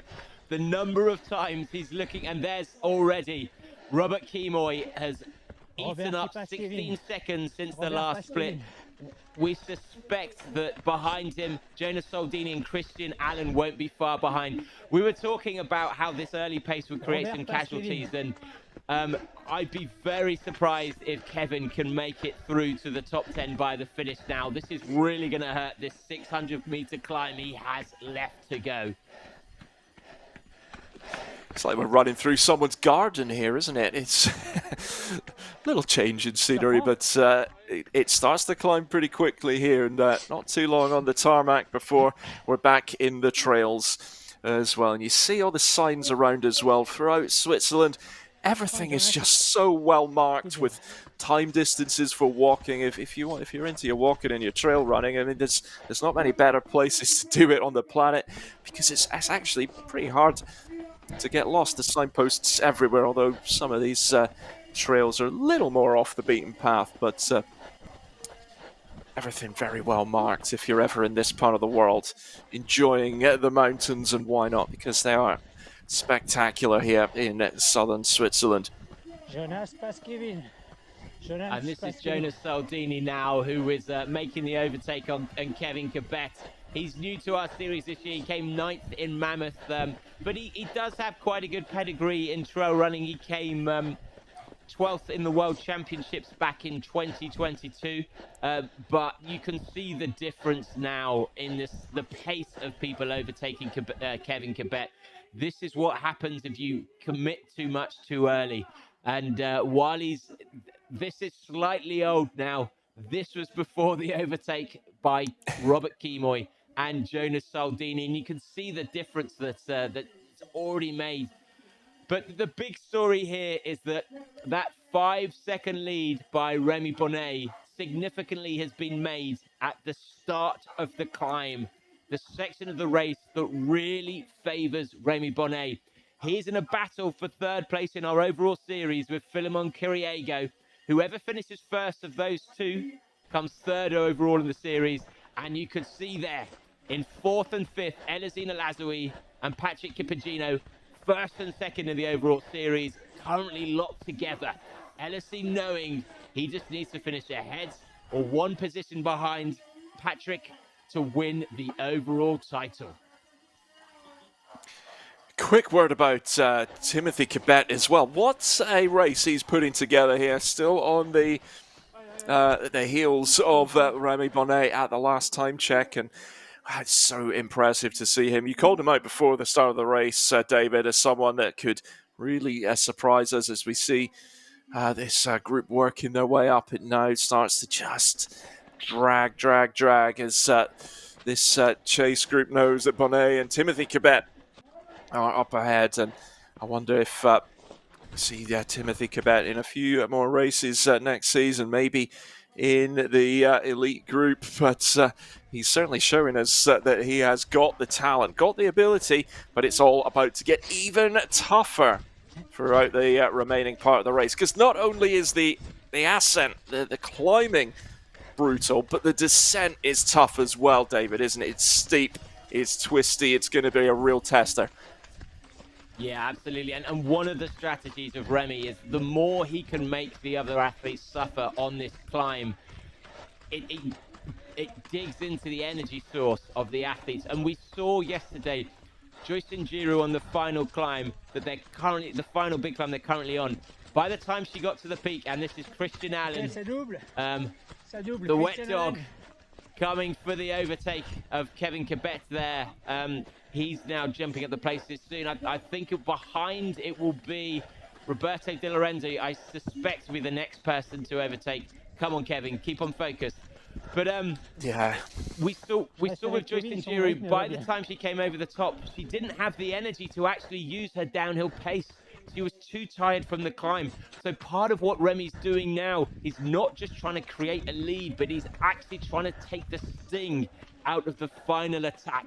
And I suspect at that peak is where Elisine will deploy the pace that we saw him win the prologue with on the downhill. He'll be confident enough that he won't be caught in the last 2.5 kilometers. So when they get over that final peak, I expect the fireworks will erupt. Now, we talked about how impressive Timothy Cabet has been so far. One thing that really stuck with me, having spoken to his manager, is quite how much pressure some of these athletes are under today. If he finishes in the top 5, he'll be taking home money to his family. 4 years ago, he took up running partly to just try and provide for them. But he knows if he's outside those top 5, because he's not in an overall series, he won't actually qualify for any prize money. So he is running not just for his future in trail running, but he'll have to go home and to explain to his family why he took these risks to come abroad and go home empty-handed. So, huge pressure on some of our athletes today to perform in this final.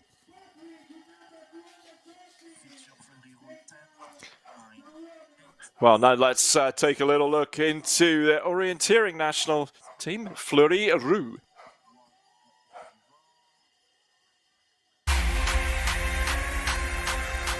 The biggest challenge is to keep up the pace and at the same time get some good shots. So you have to get the frame right. Once you're on the descent with the leaders, everything falls into place quite naturally. It's a habit you have to get into. You have to switch off your brain. It's not easy. I'm Fleury Roux. I'm a camera runner in the Golden Trail World Series and the Mont Blanc Marathon. Do orienteering, and I did it for several years in the French team at a high level. I think that helps me maintain our discipline. We have to be able to run at 20 kilometers an hour holding a map and reading it. It's a bit like when you're filming as a camera runner. You have to be able to hold the camera, stabilize it, and also look at the camera without looking at where you're putting your feet. So the equipment we use today for live shows, there are no cables, there's nothing hanging down, so it limits technical problems. The GoPro is linked directly to the box here and then directly to the control room. We're also connected to an earpiece so we can give information about the race. For example, we can give the gap between second and third because the commentators don't always have the information live. The number one rule for us is that we must not influence the race by our presence or our camera. It's also a question of experience. We try not to get between the riders when they're in a group. We stay either in front where we can or behind the group. And sometimes, when there's an attack, we try to overtake the riders on the side of the road to get back in front of the race.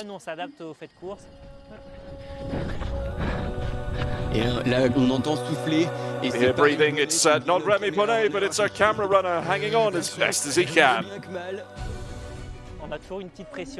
We always feel a bit of pressure before filming because the pace of the race here on the Golden Trail is really impressive. So as soon as we see the riders getting ready, we get nervous because we know we're going to hurt ourselves. It's going to be very hard to hold on. So you warm up, you accelerate, and then as soon as you start, it's like a race. The pressure drops, and then you just have to try and keep up for as long as possible. Well, David, a great insight to Fleury Roux. Fantastic camera work there. He's part of the team that's bringing us the camera work today, and good to hear from him and just how tough a job that they have. He's an incredible athlete. If you want to see some good footage, and this is Remy Bonnet coming through the aid station for the 4th time now. He'll be getting news, he'll be getting his updates on where everyone is, the splits, and also his nutrition. But, and significantly now, we can see Patrick on his shoulder. They have responded. Philemon has dropped off the pace. And actually, we were wondering whether Patrick and El Hassine were going to allow Remy to get ahead. If the battle of the battle for the overall series would change the course of today's race. But it seems, again, they've surprised us. Maybe Philemon has buried himself in that first half to almost get Patrick to the base of this big climb now to make the attack. But we have our 2 best climbers in the world now starting the long climb. And wow, what a race this is going to be. Wow. But talking to Fleury Roux, if you don't know his Instagram handle, go and follow him. His footage from our our time trial, our prologue 2 years ago, he was filming the sprint section, and it was amazing how fast this guy could run. He actually won the Athlete of the Day award for his footage on that day. Rightly so. Well, this race has all changed in complexion. Yet again, Bonnet, Elazuri, Timothy Kibet, Kipingeno, Kiriago, at that last split, all less than 8 seconds apart. But Bonnet's work on the descent, well, he's got to do it all again on this next climb. And Elazuri, we said maybe he wouldn't finish in the top 2 today. Well, that little prediction might not be coming true now, because he has got himself into a position that is ideal. It's Philemon Kiriago on the ascent here. He is now at the front of the race with launching a little attack here.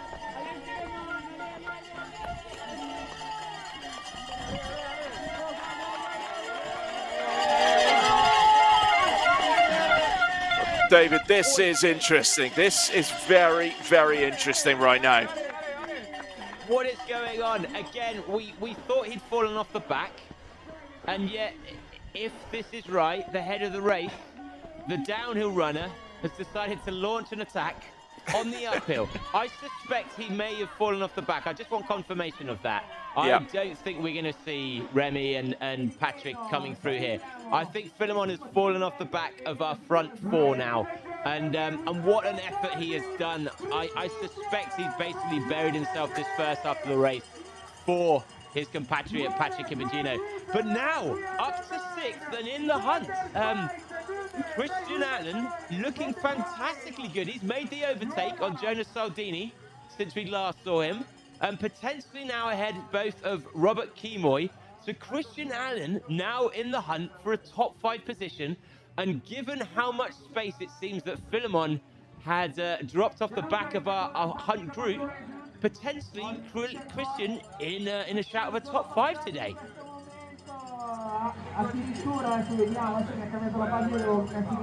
And here comes an interview with Remy Bonnet, last year's series champion, who is at the front of our race today.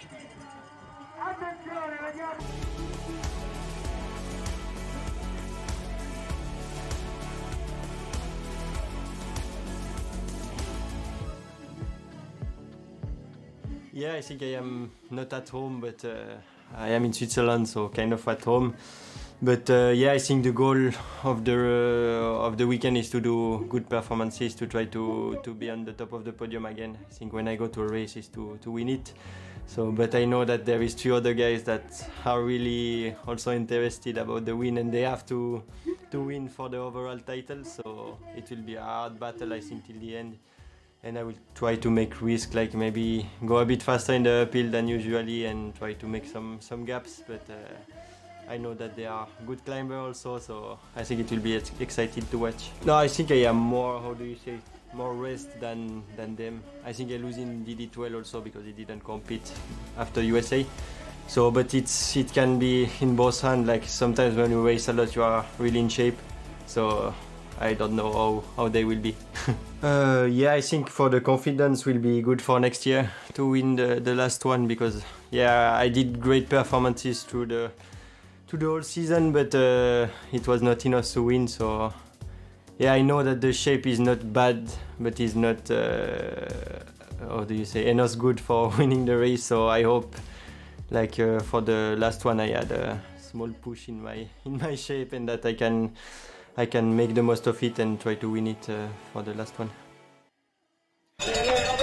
Well, try to win it, he certainly is, but he's in a real battle now, but starting to hit the terrain that Remy Bonnet will have identified before this race, and he's looking very, very good at the moment, but it's all very tight at the front of the race with the key climb that we're building towards, 600 meters of climbing. We're really working towards the business end of the Golden Trail World Series finals. And David, I cannot wait to see what is going to happen once we hit this climb. And Remy Bonnet still looking like he's pretty good, in good shape at the moment. once we hit this climb. I mean, they are climbing. This is how fast they are at the moment. It doesn't seem like they are, but this is actually going uphill. And you can see how much impact that's had. Timothy Cabet off the back now. Huge gaps forming from the pace that Remy Bonnet is putting down right now. 20 kilometers an hour. Wow, that is absolutely insane to be taking. Yeah, and the exciting element is he knows this course well. He will have paced this to get to the top, maintaining this effort. So he's unloading everything he's got right now with an attempt to get the win that he's not had this season. Incredible tactics on display here. Now, if you're just joining us, just on his shoulder, we had Patrick Hipagino, who is second overall in our series. Elisine Alazoui, our series leader, on his shoulder. Patrick needs to somehow drop Elisine to win the series overall. That is his strategy on this hill. But we are following Jonas Saldini at the moment in 8th place in our chasing pack. We are building towards what will be, no doubt, a frantic finish. Jonas Saldini at the last time check was in 8th place. He was pretty close with that Christian Allen at that time check. The American Allen have been putting together a very strong race. Not quite sure where Allen is at right at this second, but he was looking good. He's been very impressive today, as has Saldini, in fact. Well, moving back to the front of the race, here's our leading group. And this suits Alazoui because he's where he needs to be. But you can see what awaits these runners. It is all starting to get just a little steeper. The pace not quite up at that 20 kilometers an hour now as it was a minute or so ago. But the climbing really starts from here on out. And did you note the little tap as Elisine overtook Remy? He gave him a little tap on the back. Yeah, that was almost thanks, mate. Great work. And we talked about Remy attacking for the win. Patrick is now taking the lead. Patrick knows this is the climb that he has to win. This is his last opportunity to get significant distance between him and Elisine Alazoui. He has approximately 400 meters of climbing left. Less than 4K total in our course, I believe.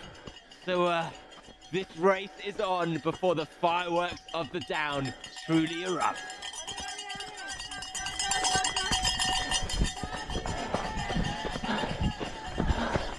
Jonas Saldini, part of the group of, chasers. He's a little bit behind those further up the race as we're into the final 5 kilometers of the Golden Trail Series men's final here in Ascona Locarno. Daniel Pattis on his shoulder now, making the pass. Daniel Pattis, 5th overall in our series. He needs to finish ahead of Robert De Lorenzi, who is what was 1 place behind him in the last checkpoint. So he's clearly making moves now, intent on keeping his top 5 position. But he has to look out for Christian Allen in 12th, but also making moves. But we currently have on screen Timothy Cabet, and we talked about quite how brutal this climb was. We saw Joyce Giroux running the whole of this hill. I think that was a major mistake, and we're now seeing that body language change. Timothy Cabet now power hiking. I'm intrigued to know of our top 3 men, who of them is going to be deploying the power hike. I think Remy will, because you need to save your muscles. We saw with Joyce, if she was running this too hard, it was slower than hiking, and it meant she couldn't do the downhill. But right now, Philemon still running, trying to catch up for that 4th place. This is not the head of the race. Just to confirm, this is not the head of the race. This is 4th place. Our 3 race leaders, top 3 in the series, top 3 of the top 4 in the series are ahead of them right now. But this is going to explode our athletes. And you can see the way they're swaying, because it's so incredibly steep up this final climb. It is brutal. It's steep, it is tough, it's slippy underfoot as well. We're staying with Timothy Kibet, still trying to run it in places. Patrick is off the back significantly. Remy is creating a gap, and Elisine, the flying camel, again is tucked behind. Is this the move to win the series and to win the race? Sadly, the train is not keeping us on. It is all happening right now.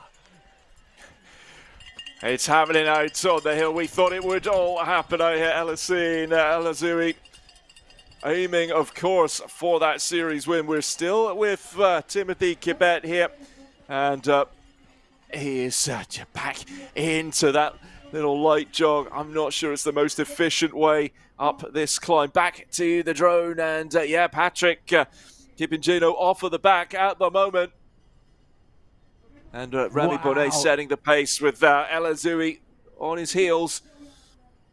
It's like it's like watching drag cars of snails go up this hill, absolutely flat out at one of the steepest gradients that will ever race. Brutal racing right now. Incredible to see.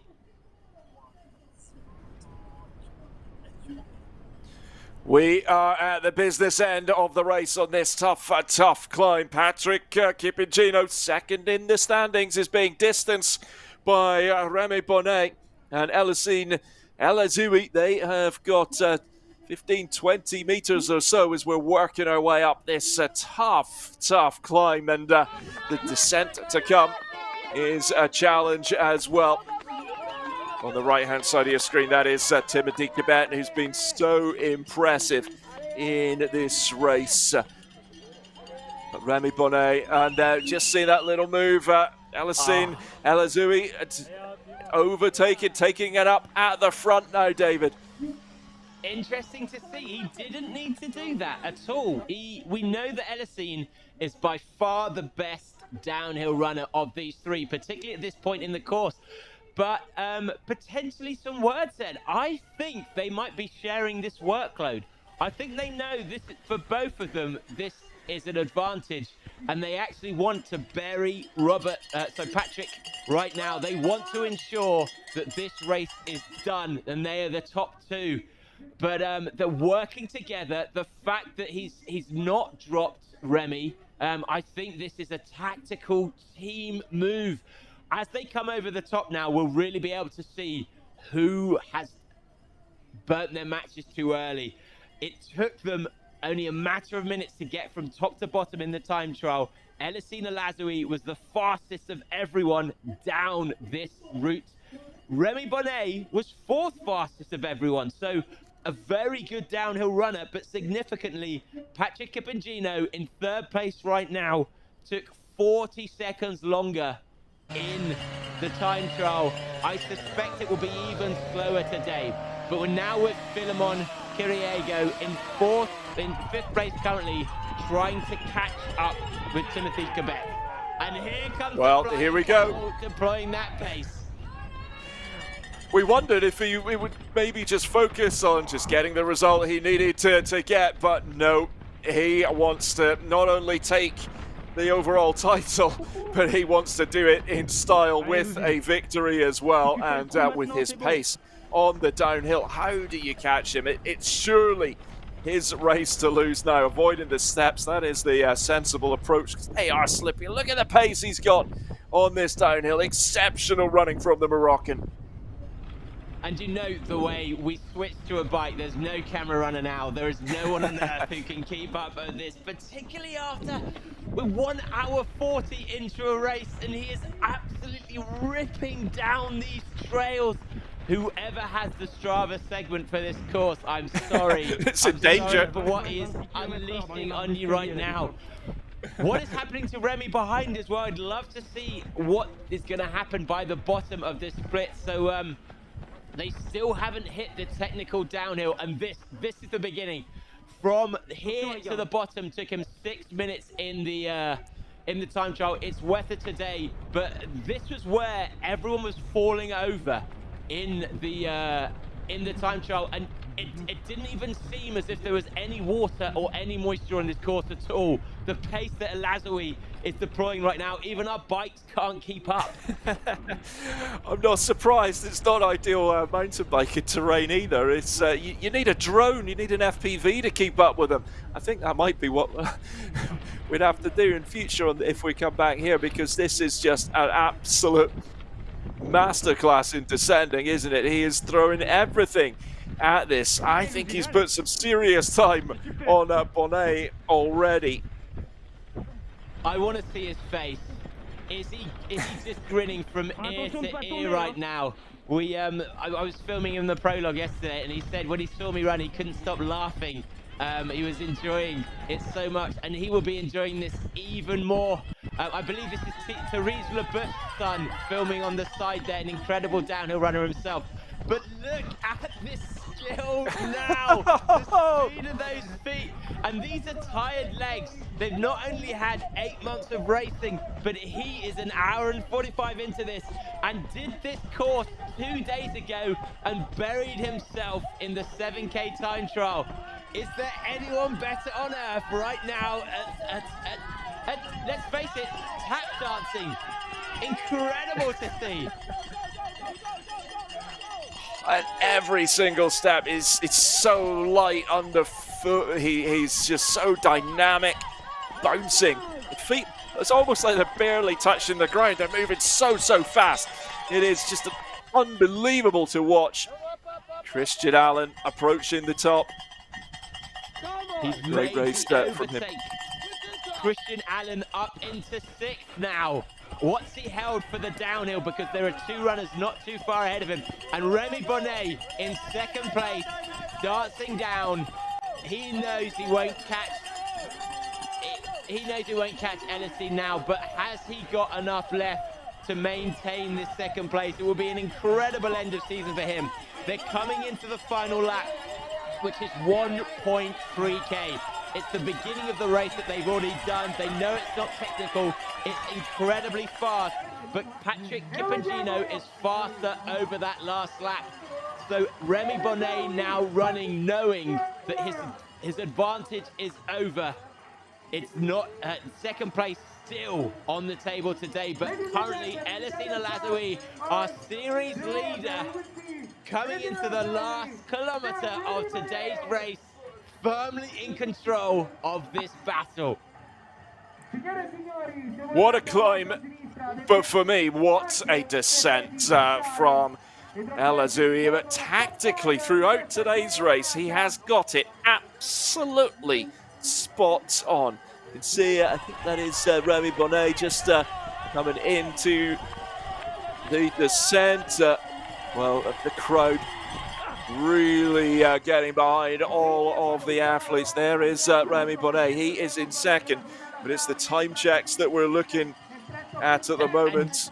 And we can see at the bottom there, he's just behind. Patrick Kipangino is just behind Remy. This is an absolute neck-and-neck race for that 2nd place. Patrick has not given up on upsetting Remy's party. But what a move they both made. We suspected they could work together here, and they absolutely have. But right now, Elisina Lazoui, clear distance between him and Remy Bonnet on that descent. He has less than 800 meters to go. He's going to hit the steps at the bottom, and then the final climb to his victory. Victory in the final, just like last year. But the thing that has changed, it will be for the first time victory in the overall series for Elisina Lazoui, and the first time for Africa. Well, Elazoui and Bonnet crossed that climb, summited that climb together. 48 seconds Elazoui put on Bonnet on the descent. Absolutely unbelievable descending from the Moroccan. And now he is in the final throes of this race to cap off what has been a truly stunning season for the Moroccan, and he looks like he could do it all again, doesn't he? He just looks fresh. He looks relaxed. Great fluid running from El Azoui, and he has been the man of the season with the wins at the Marathon du Mont Blanc, Headlands, and Mammoth, and he's going to add the Golden Trail World Series finals to that list for 2024 as well. A remarkable performance, tactically absolutely spot on, didn't get drawn into anything in the early throes of the race, but when it mattered, he was ready and took his opportunities. Little look over the shoulder, I think you're safe now, El Azoui. Don't think anyone's catching you at this stage. And I mean, the last two races have been less than a second. We asked him in the press conference, if it comes to the sprint finish, who's going to win the sprint finish? And he said, on Sunday's race, there will be no sprint finish. He said that as if he knew that this is exactly what's going to happen. But Remy Bonnet, only 3 seconds ahead of Patrick Cappuccino at the last checkpoint. Where are they now? Super close for this second place. Can he hold on to this lead?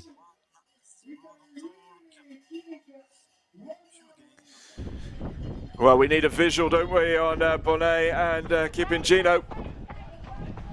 There is Patrick Cappuccino second in the standings coming into today's race. Was just a few seconds behind Bonnet at the last time check. Is he ahead? Coming through now, actually. Philemon coming in, he's just come through. He's coming down the downhill now. I think he's secured 4th place. I think he's done enough. But here we are with Timothy Cabet, who potentially ahead of, still ahead of Philemon Corriego. So, knowing this course, I suspect he's only got about a 45-second lead on Philemon. And we do know Philemon is incredibly strong finisher, but coming into the home straight now. Elisine El Azoui from Morocco. He's raced Golden Trail for 5 years.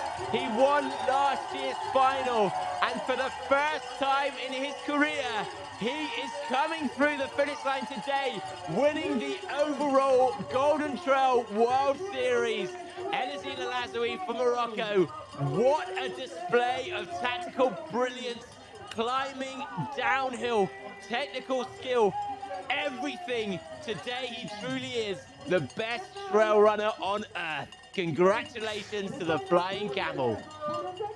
Congratulations indeed. What a masterclass today and all season long. There's a little bit of a sprint. Remy Bonnet in second place at the moment, looking over his shoulder, but he's going to hang on for second. He's got enough in the tank. A really great run from Bonnet today to cross the line in second place and immediately congratulating El Azoui. A fantastic run from him, and Cappuccino crossing the line in 3rd place. The 1, 2, 3. What a race. Fantastic scenes here in the finish area. And I mean, fair play to Patrick to come 3rd. He wanted to win this series, but the fact he was laughing and smiling over that finish line, it just shows the appreciation of the skill and the tactic on display today. But Remy Bonnet, to me, this was the performance of his season. When he was winning the last 2 years, he was winning because he was better than the other athletes. But he came into this final, to me, number 4 on the list in terms of ability. But he played a masterful strategy game and only came second today because of the way he attacked that downhill and set up the battle for the climb, worked together with Elisine on that final uphill. And for me, that second is the performance of his career so far. Really, really impressive stuff. That descent that he put in really set it up, and I think it also helped set it up for El Azoui as well, because it kind of really blew things open, didn't it? And it allowed Bonnet and El Azoui to get into that position on that final ascent. It was a fantastic setup from Remy Bonnet, but it's all about Elisine El Azoui. He has dominated the season. More runners coming through. Is this Timothy Quebec about to come through. I think it is. What a great race today, David, from Timothy Quebec. Incredible performance from him. I mean, we heard he was a very good uphiller, but to be able to, against a field like this, to hang on to 4th place, incredible. Not the aggression he needed to have had on those downhills. He would never have seen trails like that before. So a real, you can see Joy Lee yesterday's winner and her team coach Julian absolutely celebrating this performance. We're going to be seeing more from Timothy Quebec in the future. What a performance for him. But what does this do to our overall standings? At the moment, we see Philemon coming in 6th, Patrick in 3rd, Remy in 2nd. I think Remy has got 3rd overall. I think he's done enough for 3rd overall in our series.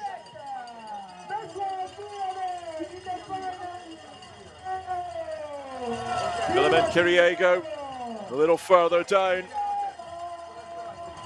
And he gets some shouts from the announcer. Philemon Kiriego was in 3rd in the standings coming in to this race today. Stay with us here on Discovery Plus Eurosport. We'll bring you up to date on the overall standings in a few moments' time.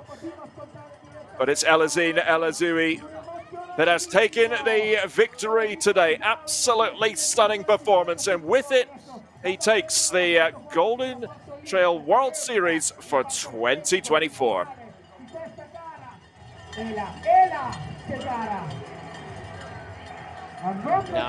I'm always a little bit cautious of just using my own data, but at the moment I have Elazine Elazoui, 1,000 points, perfect score from this series. In 2nd place, Patrick Pingino. Ladies and gentlemen, we are with the winner not only of today's final, but also the prologue, but also 3 races during this season. 1,000 points, the maximum for the Golden Trail World Series. Elazine Elazoui, representing Team Normal, coming from Morocco. Today, you realize your dream. What does that mean for you? For me, I am very, very happy. My dream now is 3.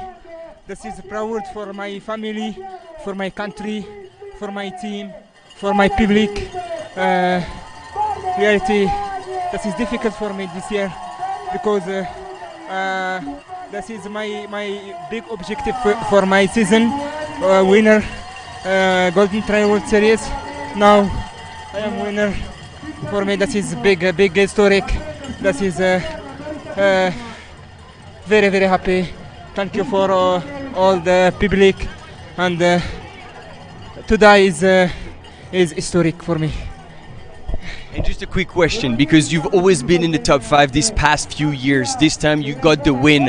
Is there a secret? Did you change anything to get to that win and take things to a whole new level? Yeah, this year you have a lot of I change. You have my team. You give me a lot of information. You have coach. You have you good nutrition, and the people I love me. I tell me, Lucien, you can win golden, and I confidence, and I push, and for me really talk because it's difficult season, but I am very happy. Reality will sink in. You are indeed the 2024 Golden Trail World Series champion. Congratulations again, and we are looking forward to the next season, but now is time for celebration. So congratulations and all the best for the future. Thank you so much. 1,000 points, David. He's going to be hard to beat next season. And I think next in line we're going to have And if you don't know his story, he's a Berber who from Morocco. He discovered running literally because he was running for water for his camel, and a European person who was traveling with his family spotted how fast he was. To come all the way through this, he's had real battle this season where there have been floods in Morocco. They've lost a lot of animals. One of their cars was underwater. So he's come into this final with a lot of emotional weight. So to perform at this level so consistently is incredible and wonderful Once to again, see. second interview with Rémi Bonnet, second place, hard fight, but at a price that you had a strategy and we saw you attack on the downhill, which is not something we're used to seeing. So what was your strategy and how did that play out in the last climb where you were all together? Yeah, that was funny, but today I was feeling a bit better in the downhill than in the uphill at the beginning of the race, so I knew that it was a possibility to take a bit of advantage before the last climb. And I play my card, and then they have to push to catch me in the first part of the climb, and then when they catch me I try to make a fucking high rhythm till the top, and it works because Philemon dropped, the other Kenyan also, and Patrick also at the end, he was dropping a bit. So I think it was the key today to try to be smart and to make the move at the right time. It was an extremely smart move. You said it, you had not much to lose. You've already won the series twice, and so this time was like all or nothing. So when you got to the top, that you were just with Eluzin, like what went through your mind? Yeah, I knew that for me it was over. Like I was with Eluzin in the top, like I tried my best.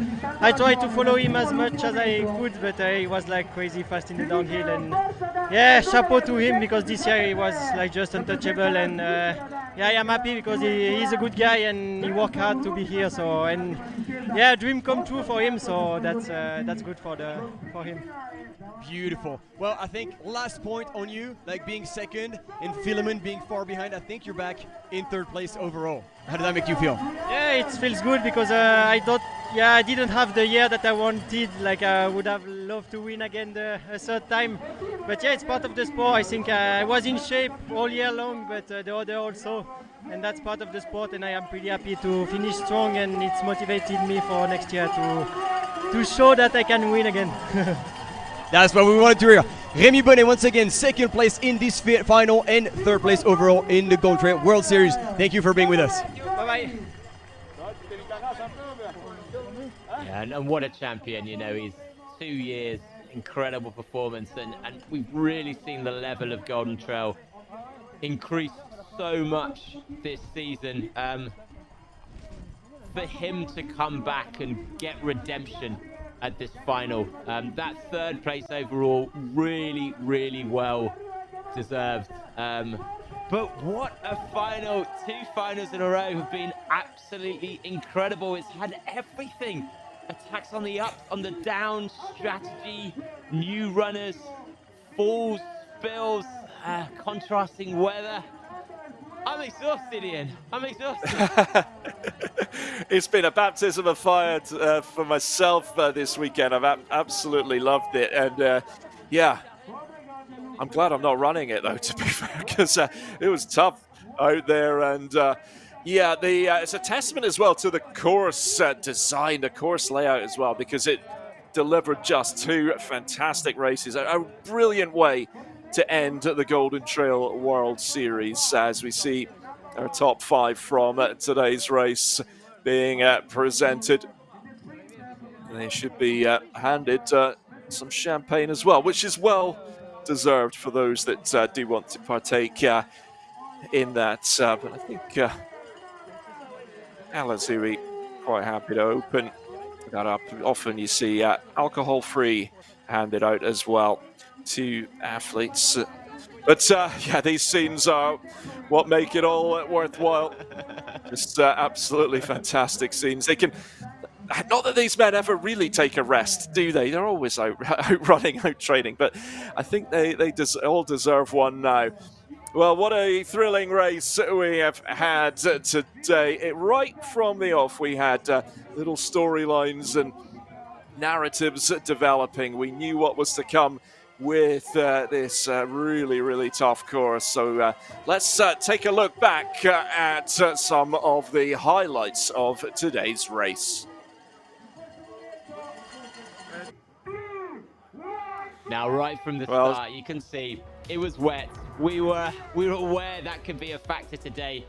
And early on, we weren't quite sure what the strategy of our top 5 runners were going to be. But as you can see, Philemon Curiego leading out very, very early. An incredibly strong start from him. We weren't sure whether he was doing that to try and ensure that Patrick Kipingino was given an opportunity to basically try and tire out Remy Bonnet and Elisine. But neither Remy or Elisine responded. But Philemon still leading out on the climb. As they came to the top, our runners grouped into 6 strong favorites, all working together. And on the down for a while, it looked like, again, Philemon Kiriego pushing the pace, potentially trying to upset the runners behind them. And at one point, it nearly worked. We had 3 of them regrouped. But as the climbing began, they came together. And this is when Remy Bonnet announced his plans, attacking on the downhill. Something we hadn't suspected. Known as an uphill runner, he was flipping the strategy on its head. But as they came up to our final 600-meter climb, this is when they really made their move. Remy Bonnet and Elisine working together to bridge a gap over Patrick Kipingino before Elisine Alazoui showed quite how skillful and devastating his downhill pace could be, creating a massive 45-second gap ahead of Remy on that downhill. Remy now thinking whether he can protect his lead ahead of a chasing Patrick Kipingino. And for the first time, Elisine wins the overall series title. 1,000 perfect points in our season. The Moroccan runner winning the series title for the first time for Africa as well. And a sprint finish right to the line for Switzerland's Remy Bonnet. Patrick Kipingino taking 2nd overall in the series. Smiles all round. Delighted by the race that they had today. I think that's the best final we've ever had from start to finish. Changes in leads, changes in strategy, teamwork between the Kenyans, between the Swiss-based runners, and we're going to get confirmation of what that's done for our overall top 10 in the series. Will Daniel Pattis or Roberto De Lorenzi have done enough to have got 5th place today? 1 minute left to find out our countdown. Apparently, we're hoping to find out the top 10 should be displayed. But Ian, for you, what has been the highlight for you? What has really surprised you with today? I'm going to need you to say that again for me. The connection broke for a second. And we're just waiting to find out our overall top 10. We need to know the finish positions of all of the runners before we can calculate that. What has really surprised you today, Ian, or really been something that stood out for you as someone fairly new to the sport? For me, it was knowing of Remy Bonnet and just his ability on the climbs. To see him attack on the downhill was something that I don't think anyone was expecting today. So to see him attack on the downhill to try and really blow the race up and that different tactical approach was really, really impressive. And I think it sets us up for next season. But our Eurosport viewers are going to be leaving us in just a few moments' time, but we'll be sticking around on the world feed. But huge congratulations to Elisine Alazoui for the win and the overall title. But on Eurosport, from David and myself, Ian Finley, bye for now.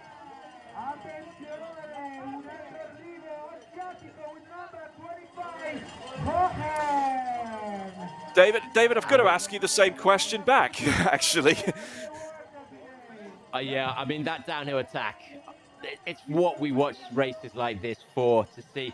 But for me, Timothy Cabet to have stayed in that top 4, really impressive.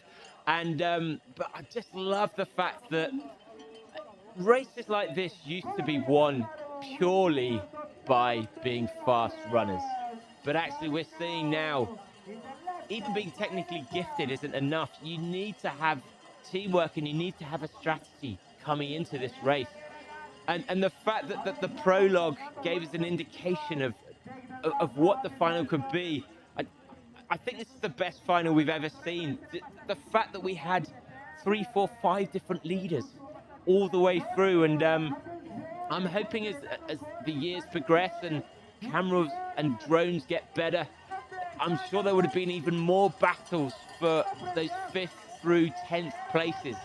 And so we're going to be finding out what actually happened. But you can see even here, Jonas from Scandinavia coming through, that how much it means to every single place being fought all the way through to the line. But it's been sometimes a really it's long just series. Yeah, I was just going to say, just getting to the line as well at the end of the series and diving across the line. Every second counts, sprinting to the end. Wonderful scenes. And the number of winners we've had so far this series as well. We saw Patrick Benzino win the first 2 races in Asia. Coming through to Europe is where Elisine really had the chance to press home his advantage. Kylian Jornet winning by 2 seconds over Philemon Kiriego in Sierra Zanao, and we saw a huge contrast with our women's race where Joyce pretty much dominated from the start of the series to the end, but then a new star being birthed, winning the race yesterday. Joylene from Kenya winning the race, and will be back next year in our series. So Robert on screen there, our local runner, hoping he's got top 5 overall. I wonder if he knows where he is in our series. And Liam on our left from America led out the race today, unable to stick with the top 10 by the finish of the race. Well, what a conclusion to the 2024 Golden Trail World Series here in Ascona Locarno. It has been an absolute thriller. We have enjoyed every second of the weekend, from myself, Ian Finley, and from David Hallard. Thank you for your company. See you next season.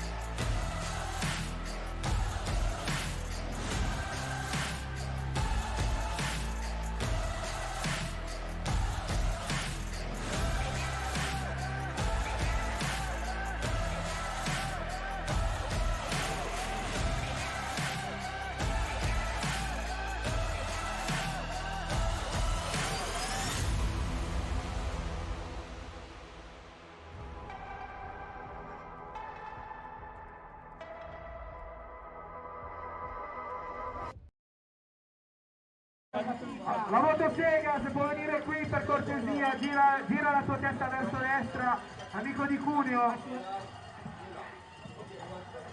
Ladies and gentlemen, abbiamo ancora Joel che si invola per prendere la sua ultima salita di giornata, seguito da Manuel representing Spain.